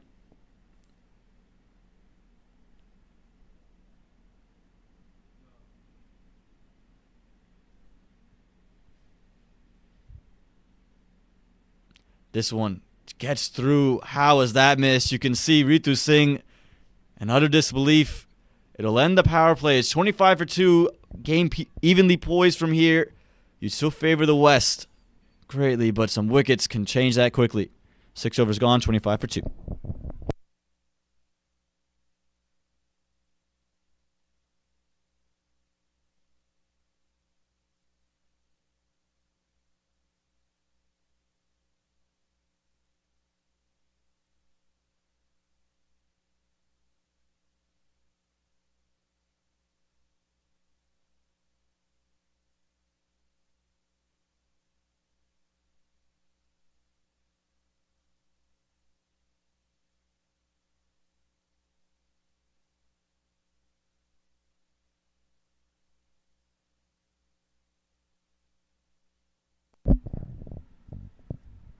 We'll get our first bowling change here for the Southeast Central in this final of the 2023 USA Cricket Women's Nationals. It's Jessica Willen-Tagamua coming around the wicket. Starts off full. It's hit into the leg side. Fine one.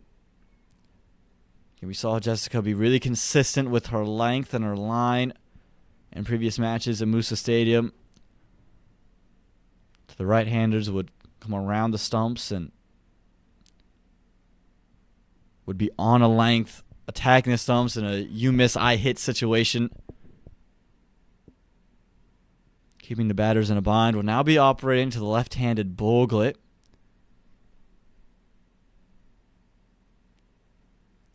Has a deep third. No other fielders out in the deep for Bogle. Everyone else inside the ring, packed offside field. And Bogle hits it straight down the ground on the onside. Will get through short mid-wicket, but no run on offer.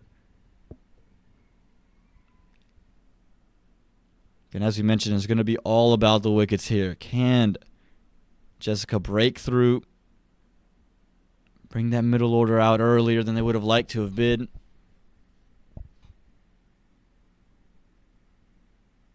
This one fended away. Going to get through into the gap on the onside.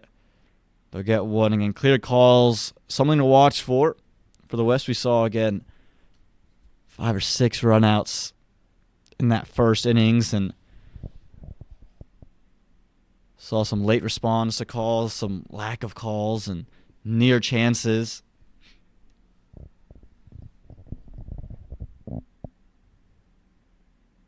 Full and straight.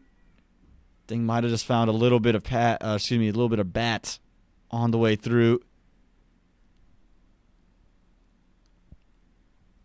Okay, looks like Tushi Harsha Willen-Tagamua wants to go full and straight. And with Sriharsha looking to play into the leg side and closing the bat face, could lead to a wicket this time through the offside. However, won't find a run there. Again, we heard Brian Walters talk about it earlier. Bowling oftentimes is in tandems. One end has to create pressure and the other one can reap the rewards. Just 2 runs from the over. Some pressure will be built. Could it be 3? Chance of a run out? No. Goki Bogle well in the crease there. Quick enough. Again, these two very accustomed to batting together. And you can sense that just the way they're running between the wickets. 7 overs gone. It's 28 for 2.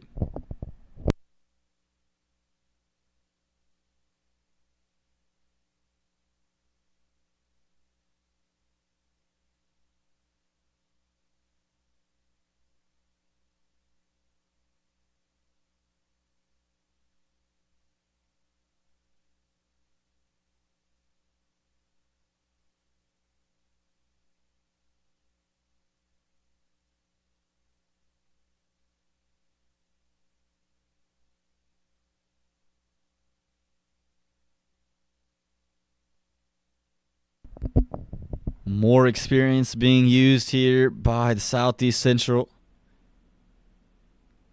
They're going to turn to Bhumika Bhadraju, the young off-spinner who reigns from North Carolina.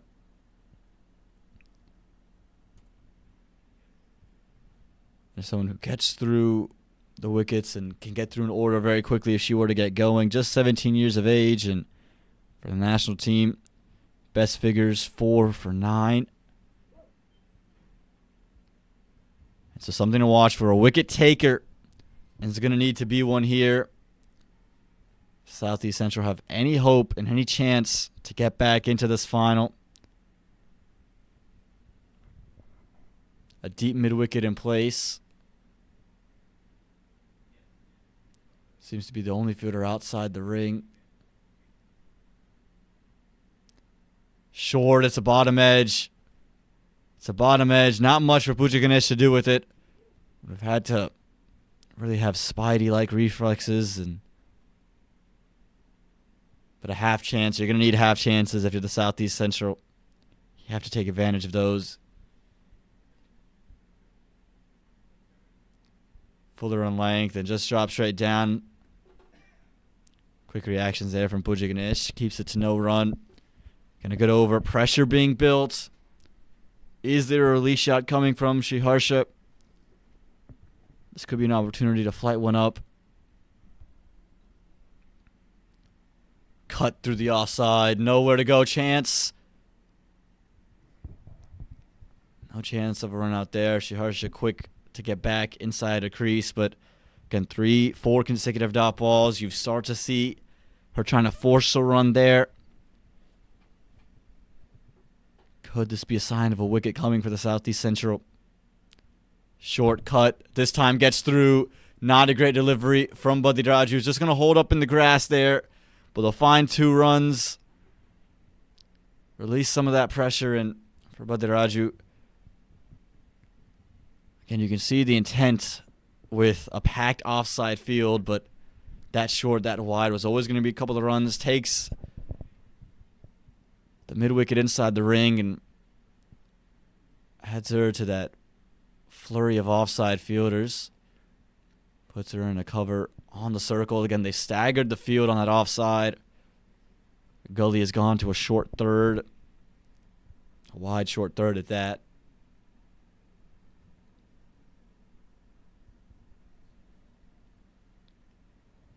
This one not as wide. And that's the key about that delivery. Keeps it to a dot ball. Just 2 runs coming from the over. A good one for Badiraju in the Southeast Central. 8 overs gone. It's 30 for 2.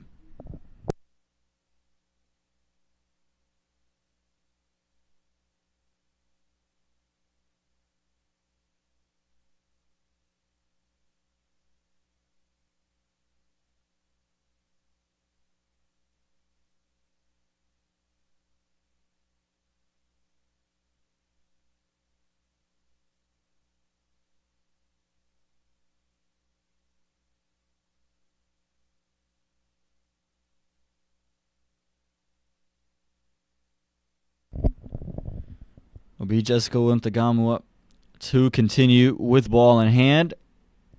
She'll be bowling into Gargi Bogle. Again, a couple of quiet overs, but the wickets are what the Southeast Central will be searching for. Pushed into the offside. A little bit of a misfield. Won't lead to an extra run.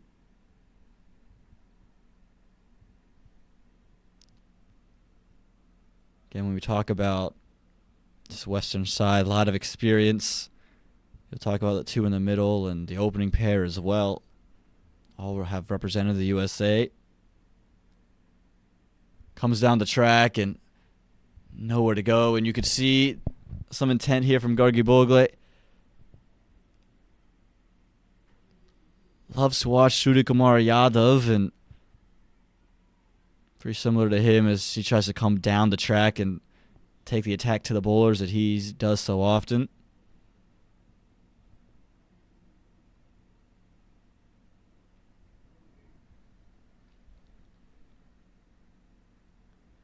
Pushed into the leg side, nowhere to go.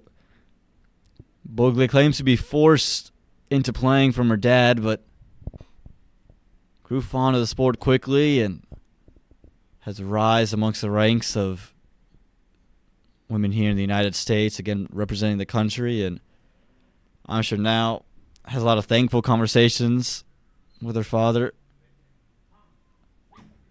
about forcing her to play this game. And again, she's shown to be a real talent. This one will be pushed, and you would have noticed that she didn't play in last year's Nationals, and it's because she had a broken finger. At that stage, unable to participate. I have to imagine she would have been here had she have been healthy and fit, but broken finger kept her out of the game. Big slog across the line. That one's going to be in the air all the way to the rope. It's going to be a 4 that. Just one a touch too short there from Jessica, maybe just getting a little bit too predictable with her length. And second invitation not needed for Gargi Bogle. No footers down the deep on the leg side. There's always going to be 4 runs. Again, we talk about that pressure Anytime that pressure builds, you sense a release shot could be coming. But instead of leading to a wicket for the Southeast Central, instead it's led to 4 runs for the West and just 37 more required. Fuller through the offside. This is area of strength for Gargi Bogle. Will be 2 runs instantly coming back to the second. It's a great way to close the over for the West. 6 runs coming from it. It's 36 for 2.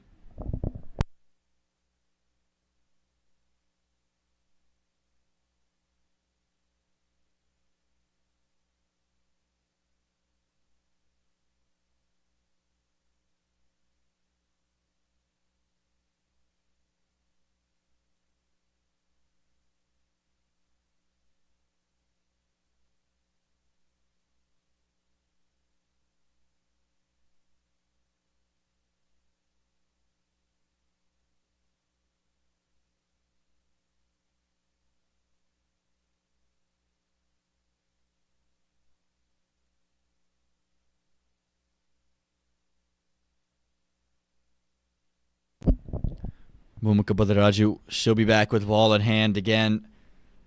Just 35 runs needed for the West. We're on the back half of this chase. And with 2 experienced campaigners in the middle, it's going to take an incredible bowling performance from one of the Southeast Central bowlers to get them back in this game and ahead in the final. Down the track, down the ground. Don't worry about it. That was going to be 6 all day long. It was sweetly struck from Sindhu Harsha. Use of the feed and, again, just clearing everything. You take another look at this. Wasn't premeditated. Just saw the flight on offer, hit through the line, and never felt the need to run. Pretty safe shot with mid-on in the ring. Heard Brian Walter say hitting straight back is the safest place to hit. Sindhu Harsha heard that and said, I'll oblige. So 6 to start the over off. It's a brilliant start as the West inch closer. Again, flight on offer. Jammed out through the offside. They'll find one to bring the lefty on to strike.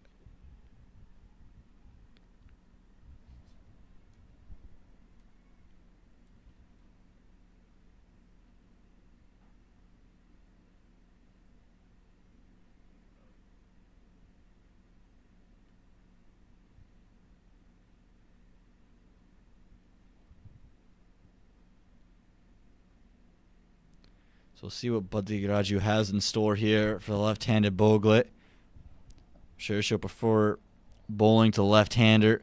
Got the ball sliding across and maybe catch an outside edge.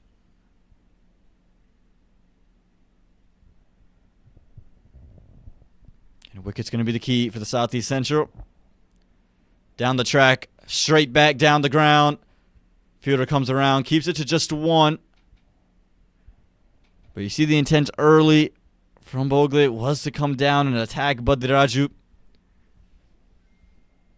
Finding runs are flowing now for the West. The game slowly but surely slipping away from the Southeast Central.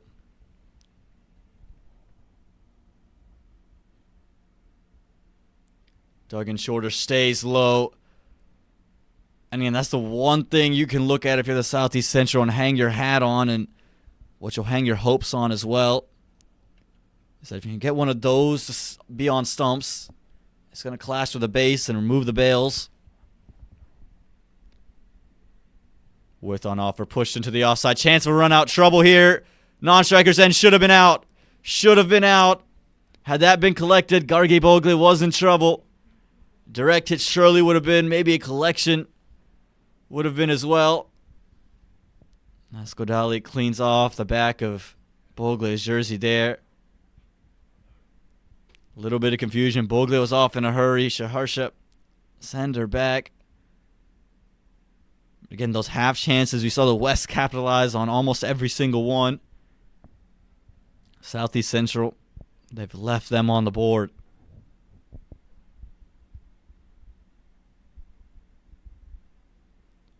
Outside edge, away from the short third fielder.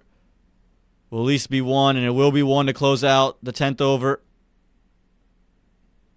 And at the end of 10, it's 45 for 2. All the West need now. It's 26 from the final 10 overs. We'll take a little break for a short drinks break. Is again 95 degrees with a 90% humidity rate. So we'll take just a little drinks break. But when we come back, the West, they need 26 from the final 10 overs.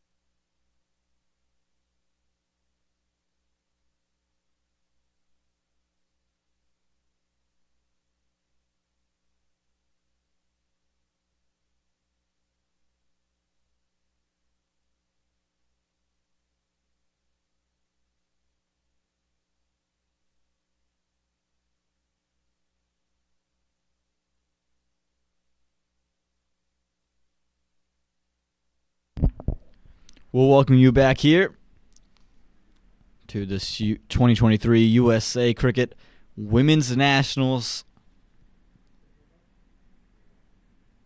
The West, they've done all the hard work so far. Only 26 from the final 10 overs. And a lot of work to be done here for the Southeast Central. The win almost feels inevitable here for the West.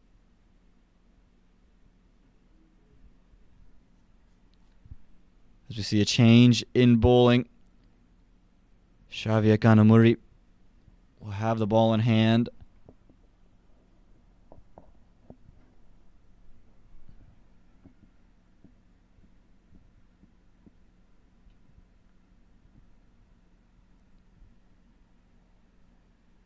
Starts off well on stumps, but it's worked into the leg side. A gap there in that region with the long on fielder deep. Will now be a long off with a left-handed Bogle on strike. It's also a deep cover. And you never know. The experience only took 2 wickets, and sometimes it's the new bowlers, the mystery bowlers, that can lead and change games. Again, it's an opportunity here for Shravia to put her hand up. If she can get a couple of wickets, a handful of wickets here, would really turn the heads of the selectors. It's almost like these where you can make impact as a newer player. So one hit straight back, and they won't find one. That fielder who was just in the deep for Sindhu Harsha brought inside the ring. Sterling in at mid-off. There's a deep mid-wicket. So offering the opportunity for Bogle to move it into the leg side, close the bat face, and maybe cause a leading edge to get through bat and pad. Comes down the track and well adjusted from Xavier Kanamuri. Spotted the movement early, pulled the length back. Guess it come off the pads of Gargi Bogle. Also not giving any room to free her arms is Shravia. It's a good start here. This one straight down the ground, as straight as you like. It's going to be 4 runs. We just talked about it, not giving Gargi Bogley the opportunity to free her arms that time. Just a little width on offer. Was always bowling full. Cleared the front leg early. And found 4 runs all the way. Again, as straight as you like. Straight as an arrow. And that takes a lot of the pressure out from this over that was building. And now a change of angle here from Shravya Kanamuri. Flatter this time, cut through the offside, but we'll only find the fielder inside the ring. No run on offer, but again, impressive to see for Shravya. New to the game, just 15 years old. And see her having the ability to adjust her length after being hit. Impressive. This one in the air, just over. The short cover fielder will run away for 4. But quite nearly an opportunity was that. Bogley will take the 4 runs, intentionally playing it through cover, but just evades that fielder into short cover. Would have been a huge wicket that for the young woman and the Southeast Central, but the 11th over will go. It's 54 for 2.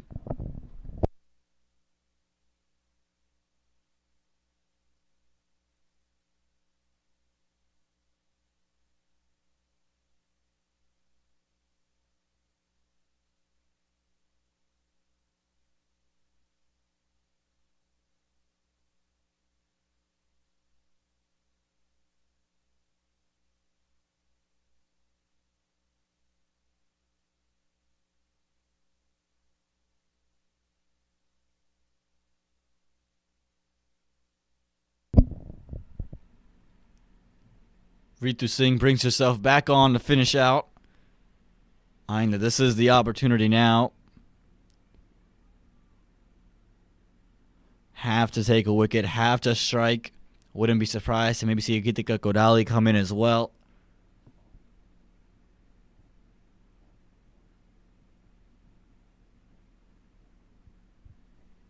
This one, aerial for a moment, short third does well. Had a misfield just a couple overs ago. This time, moves well over to her right. Keeps there from being a single on offer. Again, every run matters here for the Southeast Central. Just 17 separate the West from the finish line. Again, unable to find a gap. Sindushi Harsha, you can sense just getting maybe a touch frustrated after those dot balls. Felt like she should have been able to place that one. Does Ritu Singh now flight one up? Stays low, pushed into the offside. They'll get one. Throw came in, but Gargi Bogley was off in a hurry. Again, that's been the key difference for me with the running between the wickets, is just the response to the calls. They were quick, and they've just gotten off the blocks quickly. And you see that all the time. We talk about the Olympics, you talk about in the track format. As soon as you hear the sound of the gun, you got to get off the blocks. And they use that term, and they talk about the people who can get off the blocks the quickest, they'll get off to the best start. And once you get off to a good start, you can cruise on from there. I think that was the difference between the two sides, between the wickets. In the air, through the covers, no field around the deep. And deep cover, long off, comes around. We'll keep it to just 2. Again, we've seen Gargi Bogley go a touch more aggressive in a previous couple of deliveries she's faced, looking to go over the top of covers with no fielder in that area. And she's finding runs. Just 14 more needed now for the West. This one blocked away. Good adjustment. Slower through the air. Ritu Singh. 12 overs gone. Is 57 for 2.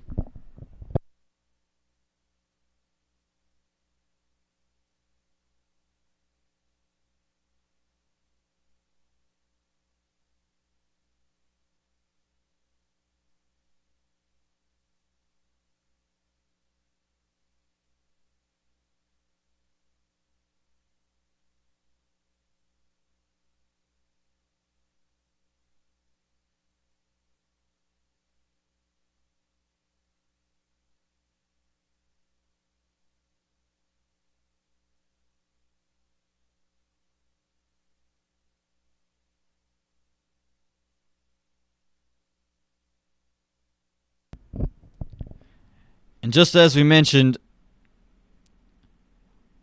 we saw Ritu Singh come back for her final over. And the previous one, Geetika Kodali, she comes back in and looking to strike now, sensing that the game has gone away. And the only way to climb back in is a bunch of wickets in a hurry.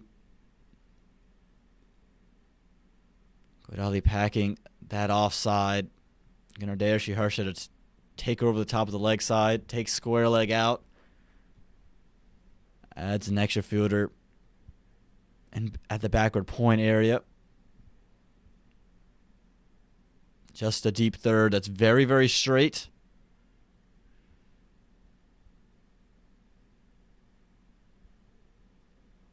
And just taking that run up once again as her marker flying with the heavy crosswinds that we have here at Musa Stadium. Gargi Bogla getting her shoes tied as well. Again, it's been an excellent 3 days of cricket. Now we've seen, and of course we do have the other game going on at Balky's Field, the third place match. Dug in short, gets through Sindhu Shiharsha. But again, it's been a brilliant 3 days of cricket. Seen a lot of exceptional talent, a lot of young talent, which is very promising if you're a fan of USA women's cricket. Because for all those individuals who are 13, 14, 15 years old, think about the next 5 years. What they can be is this one outside edge. Gonna fly out to third man.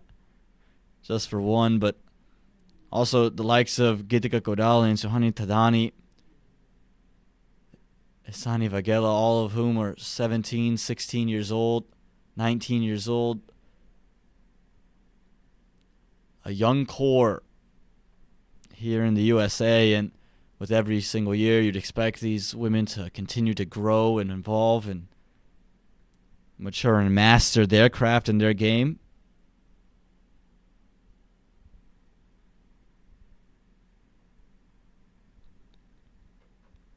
This one's hit back, and Geetika Kodali able to keep it to no run again. He's going to attack the stumps here for the left-hander.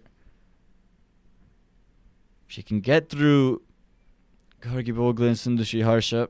She could just open the door a touch, but with just 13 runs, and it's going to take almost superhuman effort here from any bowler from the Southeast Central. As Kodali elects to go around the wicket now to the left-hander. Going to want to use that angle back into the wicket. Pushes it out wider. Interesting decision that. Again, we've seen Bogla enjoy the width and the ability to free her hands. Would have thought Kodali would have been able and would have been willing to attack the pads and the legs.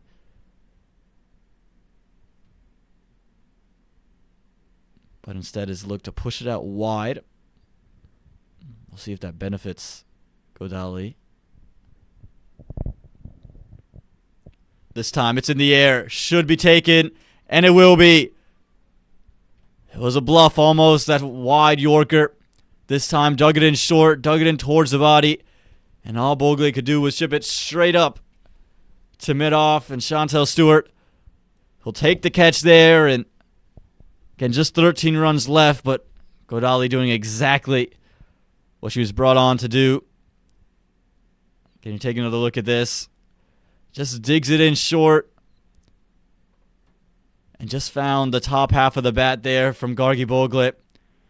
And she'll have to walk off. She's done her job, though. Got most of the work done for the West. To bring out Isani Vagela to join Sindhu Shiharsha. But again, one more look at this wicket. Dug in towards the body line. We were just talking about it. Enjoying width was Gargi Bogla. It was cramped for room on this occasion. And that led to the mishit. And the simplest of catches for Chantel Stewart, moving in from the ring. And one delivery to go, and to really make something interesting, Kodali will need one more wicket. If she can get Isani Vagela out here. Doesn't have another over to bowl, so this is her last opportunity to take one. It's been a good spell from Kodali, just giving up 11 runs, taking 2 wickets. She'll hope to make it 3. Wouldn't be surprised to see her look for that glory delivery, that Yorker, to welcome Asani Vagela into the middle.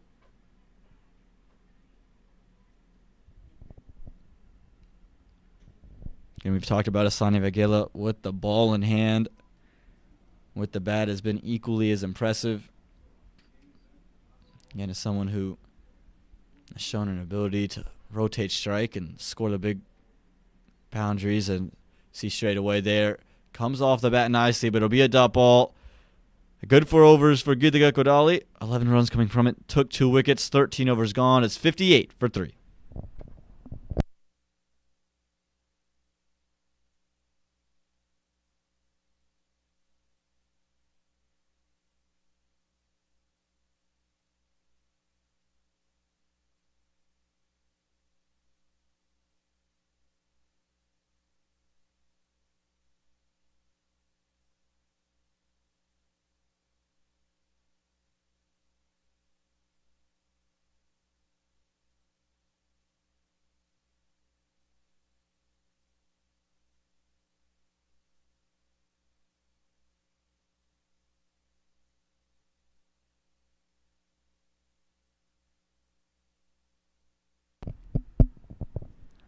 With Ritu Singh and Gitika Kodali finished up with their 4 overs, it'll bring back Jessica Willett-Tagamua. She'll be bowling into 2 right-handers, so we'll come around the wicket. The key wicket now is going to be Sindhu Shiharsha. Can she get through the captain of the West here? You feel as if the captain's here for the next couple of overs, the match will conclude. Just 13 needed from 7 overs. It's not going to be a question about running out of time if you're the West. The Southeast isn't going to win this with less than 10 on the wicket column. It's going to have to be getting the West to collapse, getting them all out. A single, quick single, and they'll get through. They'll get through for 1.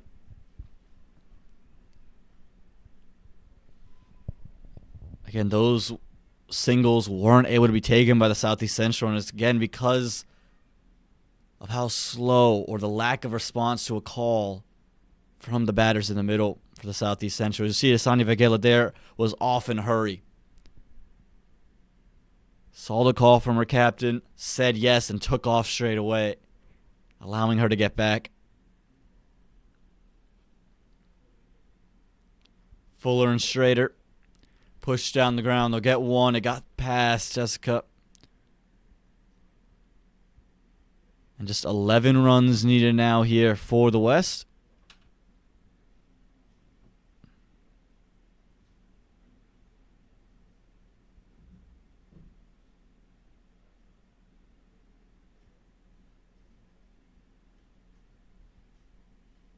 This one down the leg side, going to be a wide. Pooja Ganesh does well to keep it in front of her. And we've seen balls kind of just take awkward bounces in front of keepers in the tournament.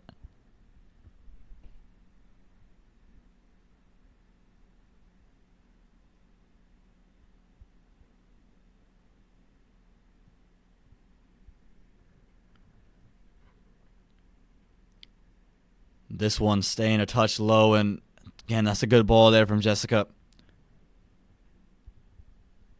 She's been very good throughout the Nationals, again, with the consistency of the length and the line in which she wants to bowl, and then varying that length at times, able to get full and able to get back to that stock delivery. Fuller in length, hit away into the leg side, but straight to short mid-wicket as that one seemed to have found Asani Vagela. Able to get 1 on that delivery. Again, we'll stop there at mid-wicket inside the ring.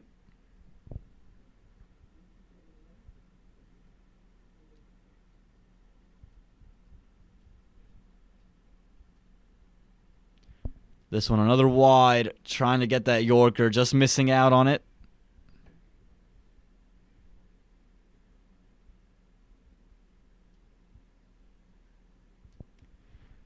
Was Sindhu Harsha and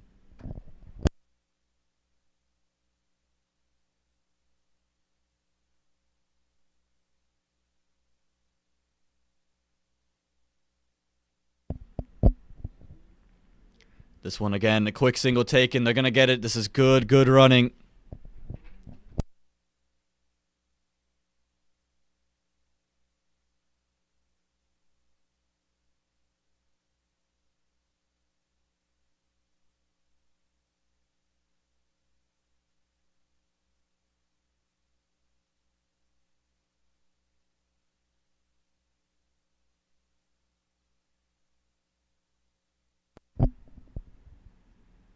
This one cut away, and they'll find one.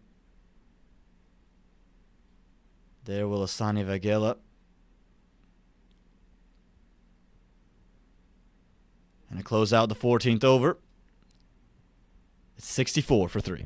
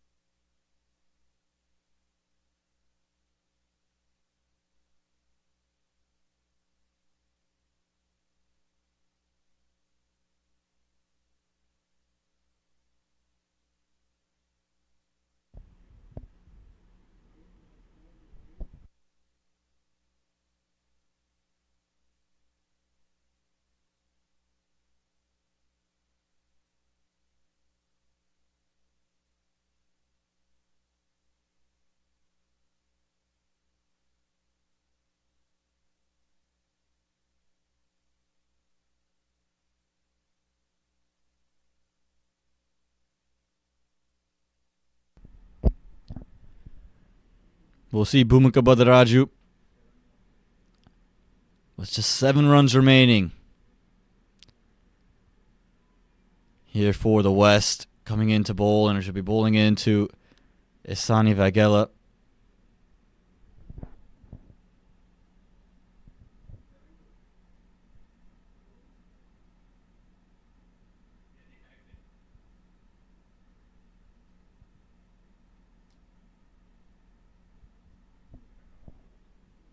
This one pulled, but just going to find mid-wicket inside the ring. And again, it just seems all but inevitable now. The West, they'll be champions here in 2023, barring some miracle for the Southeast Central. This one rised, and this one rose, and hasn't been taken. I think it has.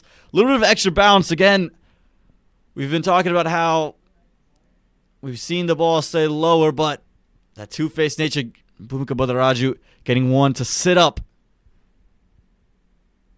And you can see Asani Vagela just looking to take it into the cover region. Just chips it straight to cover on the circle. And have we spoke too soon here in the commentary box? Is there another twist in the tail? With just 7 runs to go, Bhumika Badaraju, she strikes. It's 64 for 4 here with 3 balls left in the 15th.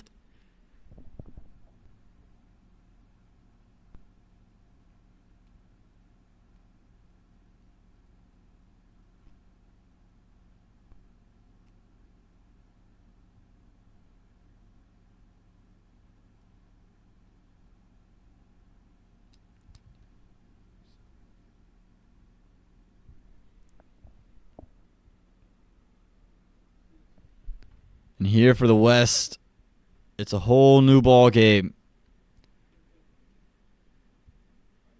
Just 7 runs to go. It's just about getting those couple of runs, but now you're 4 down. You're facing Bhumika Badaraju, who is a wicket-taking bowler. Does she have a 4 for inner? Does she have a 5 for inner? As Anika Colin comes into the middle.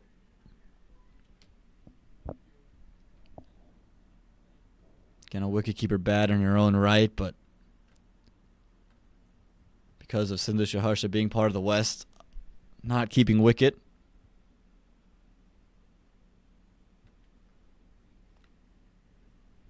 Born in Tracy, California, just 16 years of age.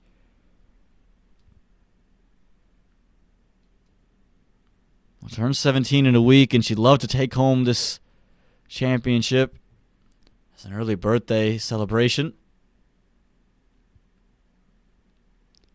Full worked into the leg side, misfield and mid wicket, but won't allow the one. Good work there. Again, uses the whole body, and love to see that desperation from the Southeast Central. Slip in place. I love how aggressive they're being, knowing the wickets are what's going to be the key here. Flattered through the air this time. Just misses off stump. This is a good end to the over this from Bhumika Bhadraju. Again, we spoke about it. The wickets are going to be key. A wicket-taking bowler is Bhadraju. Her best figures for the national side, 4 for 9.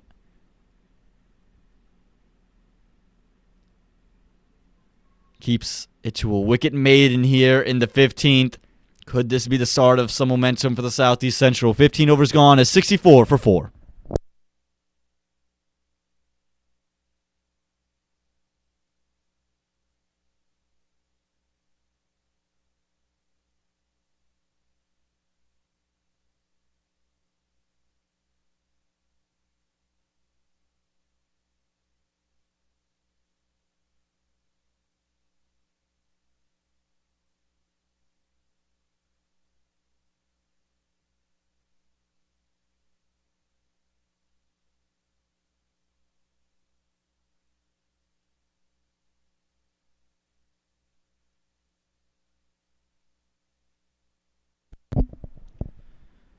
Well, 5 overs to go, just 7 runs on the board. Again, this game isn't going to end on time. It's going to be a game that ends with the runs being scored with a couple overs remaining, or going to be a game that ends with a 10 sitting in the wicket column.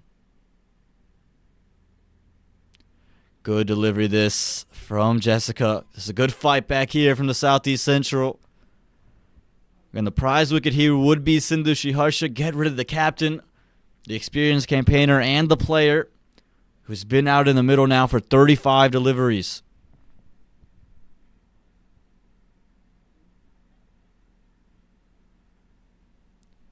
Fuller and Schrader, use of the foot there from Jessica. We'll just keep it to 1. But again, you could see there as well how quick the two West batters were between the wickets. Jessica also going to feel that she should have been able to keep that one down.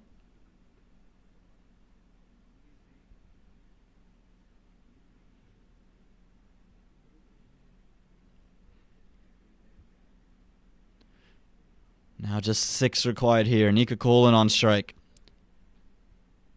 And they collapse it at the other end. Pushed into the offside, straight to short cover. Varithu Singh is stationed.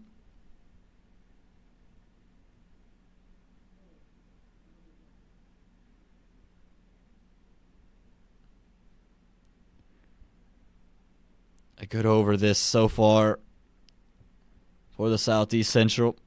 Gave up that 1 run again. Not going to want to give up too many here, but can you get those dot balls? Can you get a wicket? Hit up into the air. Fielder circling. Not going to get there. Will it be 4? It will be.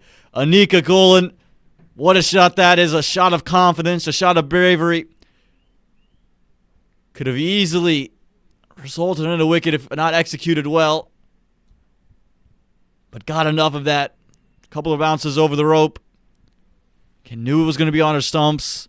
And just helps it straight over the top of long on. You see Chantel Stewart giving chase, but no real opportunity for her. You thought maybe there was an opportunity of a catch there, but timed well enough there from Anika. And now just 2 runs separate the West. How big is that boundary? And not a lot of pressure to begin with, but you just felt like some was starting to build. That boundary takes it away. Unable to get on to that one. We'll have one delivery left in the 16th over, but Anika Golan take a bow. The game seemed to have gone tense. She stepped up and delivered a big-time boundary for the West.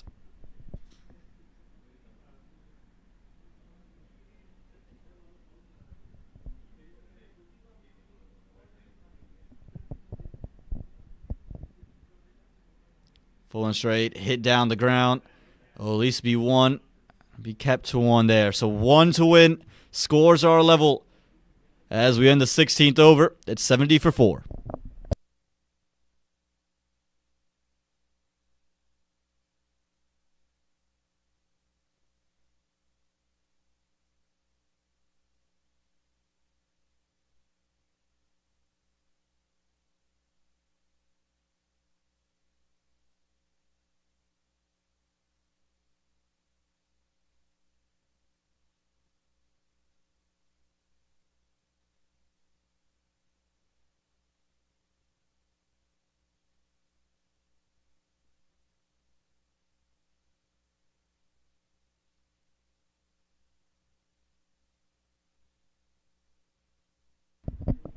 Well, just 1 run to go here, and we'll crown the West the champions of this 2023 USA Cricket Women's Nationals.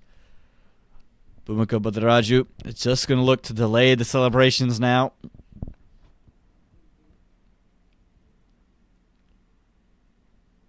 Anika Golan on strike here. Fielders all inside the ring. Takes it across and gets it through. It'll be one. It's all they need. Do the West.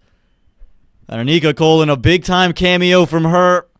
Will show she only scored 6 runs. But how valuable were those 6 runs? Showed off the experience in the West. It's a clinical victory here in the final. Never let the Southeast Central into the game. Started brilliant with the ball. Started brilliant with the bat. And held their momentum all the way through the innings. It's one to remember if you are the West, and they'll be crowned champions here in 2023 of this USA Cricket Women's Nationals. Again, if you take a look at what happened with the bat in hand for the West, Chetna Prasad, they would hit a boundary of her own, 7 from 12. Lasya Malapudi, 2 4s to get things going and took things basically away there. And then the partnership between Gargi Bogle and Sindhu Harsha doing the trick. Gargi Bogle, 18 from 22. Sindhu Harsha, 24 from 36. And then Anika Golan hitting the winning run, 6 off 8. Again, with the ball in hand. Not much to complain about if you're the South, but 2 wickets for Geetika Kodali, a wicket for Ritu Singh, a wicket for Bhumika Badaraju. But it's about how clinical the West was. And don't forget about their performance with the ball in hand. Not letting a single Southeast Central batter over 11. That's the highest score we've seen in just one score in the double digits for the Southeast Central. Thanks to the beautiful bowling from Varshita Jambula. 2 overs, 7 runs and a wicket. Suhani Tadani, 3.2 overs, 4 runs and a wicket. You had Swati Singh with the wicket, just giving up 11 runs in her 2 overs. 2 wickets for Chetna Reddy Pagyadiala in her 4 overs with 11 runs. And then we talk about the runouts that happened. The runout of Sasha Vallabhanenan. You talk about the runout of Geetika Kodali, the runout of Chantel Stewart, the runout of Bhumika Badaraju, and the runout of Sainanvi Gambalapalli. Brilliant stuff here from the West. They claim victorious, and they'll be crowned victors. We have a post-match presentation, so make sure you don't go anywhere here. We've appreciated giving you this broadcast here at Musa Stadium and all these wonderful pictures brought to you by our broadcast partner, Smart Choice. Again, we'll be giving you the post-match presentation shortly. Don't go anywhere. The West, they win by 6 wickets. And join us in just a couple of minutes for the post-match presentation.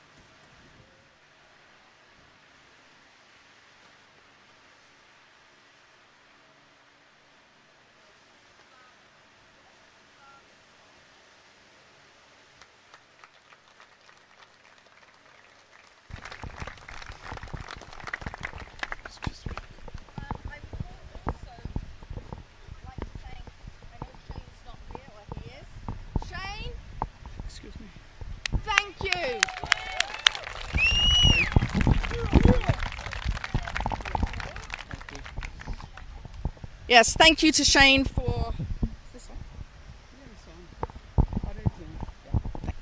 Yes, thank you very much for Shane for doing such a great job for taking care of both grounds. So we really appreciate that. While I'm on the subject of Musa Stadium, and we love to play here, I would like to present a very special award to Saki. If you'd like to come up.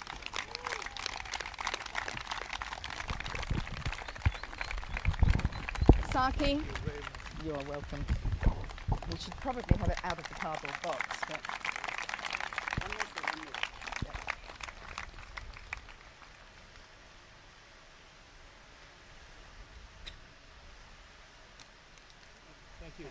Thank you guys.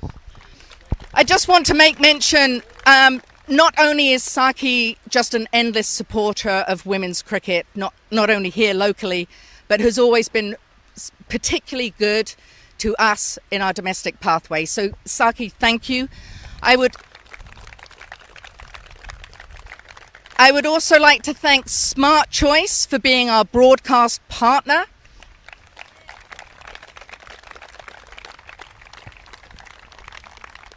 And I would also now like to invite another one of our sponsors, Avni Patel.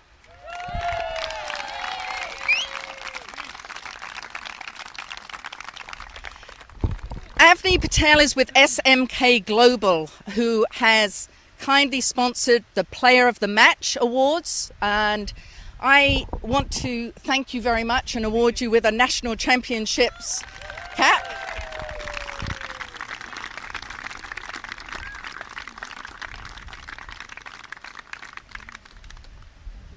And I'm now going to ask Avni to stay with us and present the Player of the Match Awards for the matches today. Yeah, we had a lot of great matches, and for today, 2 matches, one at Balkis, one here at Musa Stadium. So the player of the match for the 3rd place match at Balkis Field is going to go to Disha Dhingra for her 24 not out.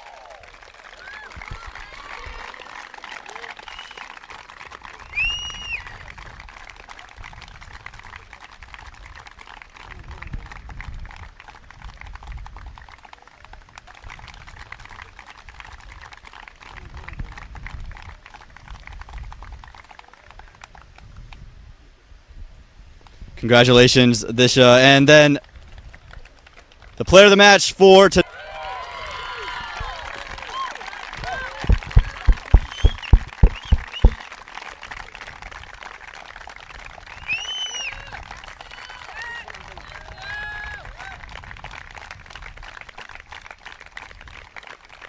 Congratulations, Suhani. Thank you so much, Avni, for doing that for us. Thank you to SMK Global for partnering with us for the player of the match. I'll now bring back the tournament director, Julie Abbott, to provide some medals for the umpires who made today and all the games possible. Starting off with Ivy Mahambir, Mithili Venkat,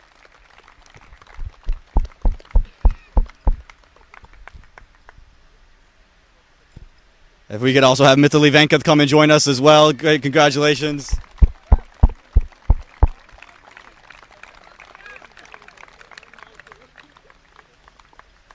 And then we have Mithili and Mithali, so a lot of M's going around with the names, but thank you to all our umpires. Could you all come and join us?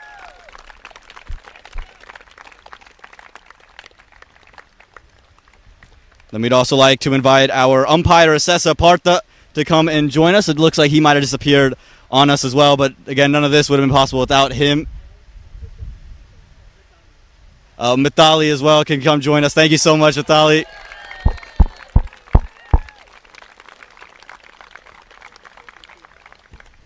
So thank you so much to all of our umpires again for making Rakesh as well. Thank you. We just have umpires galore again. Without them, this whole event would not be possible. Thank you, Rakesh.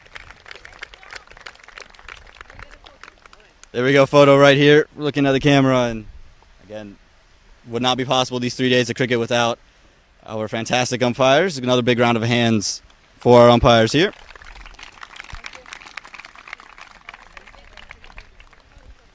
Now also going to invite Tournament Director Julie Abbott to come back and present the OM Group Spirit of Cricket Award, which a lot of debating of who it should go to, but it's going to go to Pooja Ganesh.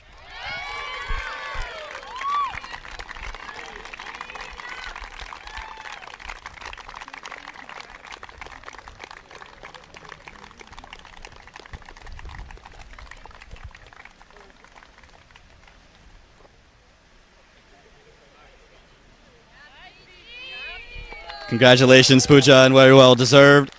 And now to present our best batter, best bowler, and best fielder, we're going to call upon cricket committee member Golan Nausha to come in and present these awards. So first off, with the best batter, it's going to go to Disha Dhingra for 135 runs across 4 matches.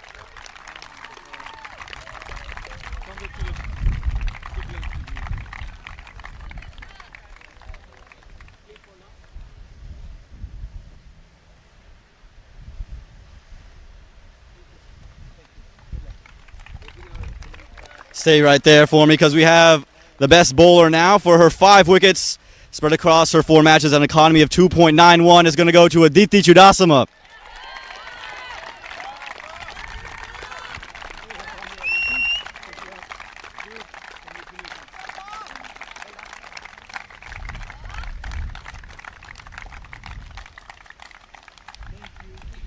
And now we'll have our best fielder with 4 catches, a direct run out and an indirect run out. She was busy at short cover all tournament long, is going to Melanie Henry.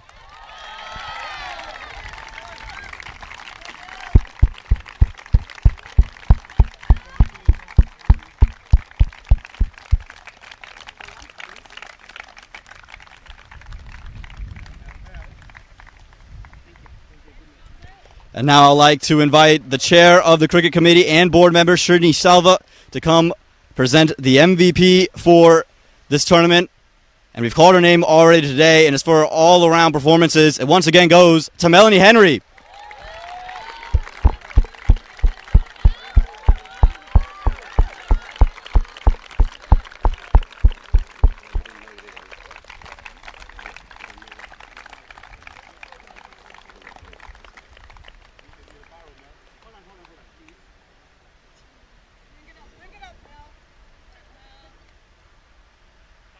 Congratulations, Melanie, on both awards there.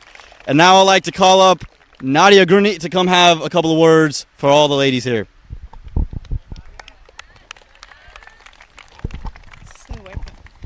Okay, good afternoon, everyone. Just want to keep it short. I know my toes are burning at the moment, but congratulations to all of you.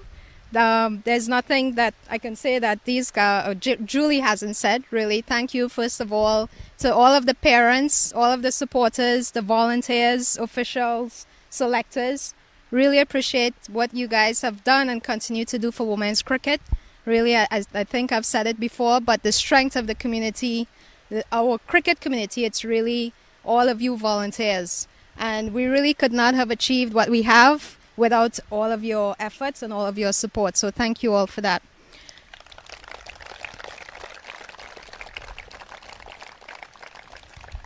And then to the players, hats off to you guys. It's been, I don't know, averaging maybe over 100 degrees each day. You guys put it all out there, gave it your best, had some good performances. I know some may not have performed the way that they would like, but that's okay. It's part of the game. You guys have been playing a lot of cricket. You know, thanks again for all that you do on your end to continue developing yourselves, developing your games, because at the end it's really going to help all of us as a national team, as a national organization. So really appreciate everything that you guys have done. Keep working hard. Congratulations in advance to those who are going to be selected for the national team. For those who are not going to be selected, please don't lose hope. You guys have a lot of cricket ahead of you. It may seem like it's, the most disappointing thing to not get selected right away, but really and truly, you guys have such a long future ahead of you to play cricket. So, keep working, and it's going to be your time at some point. And so just keep giving it your best, and really happy to see some more youngsters joining into the mix. So congrats to all of you as well. All right, without further ado, we'll just move forward with the program. Thank you. Thank you, Nadia. And don't go too far because you'll be doing something in a minute. But before we get to that, just want to thank all the team managers, our match managers, Ganesh and Ranjit. And Ganesh, especially to you for taking photos throughout the entire tournament. Without you guys, this doesn't run as well. So thank you to all the team managers and the match managers. And Ganesh, thank you for taking photos for us as well. And so now, without any more further ado, we'll have Nadia Green stay with us because she's going to be passing out the medals to the winners of the championship today. And it goes to the West. So if you guys would just come out and collect your medals one by one.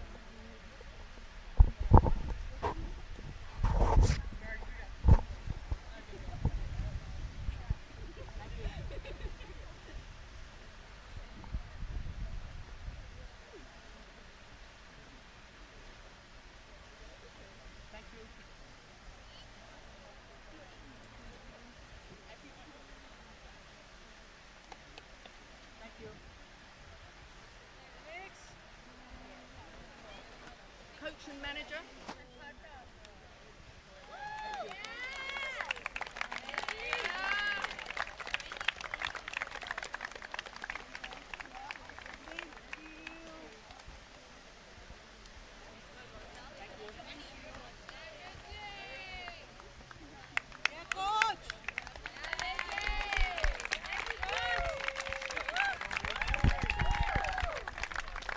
And now we want to call up Sindhu Sriharsha to collect the championship trophy for today's excellent win.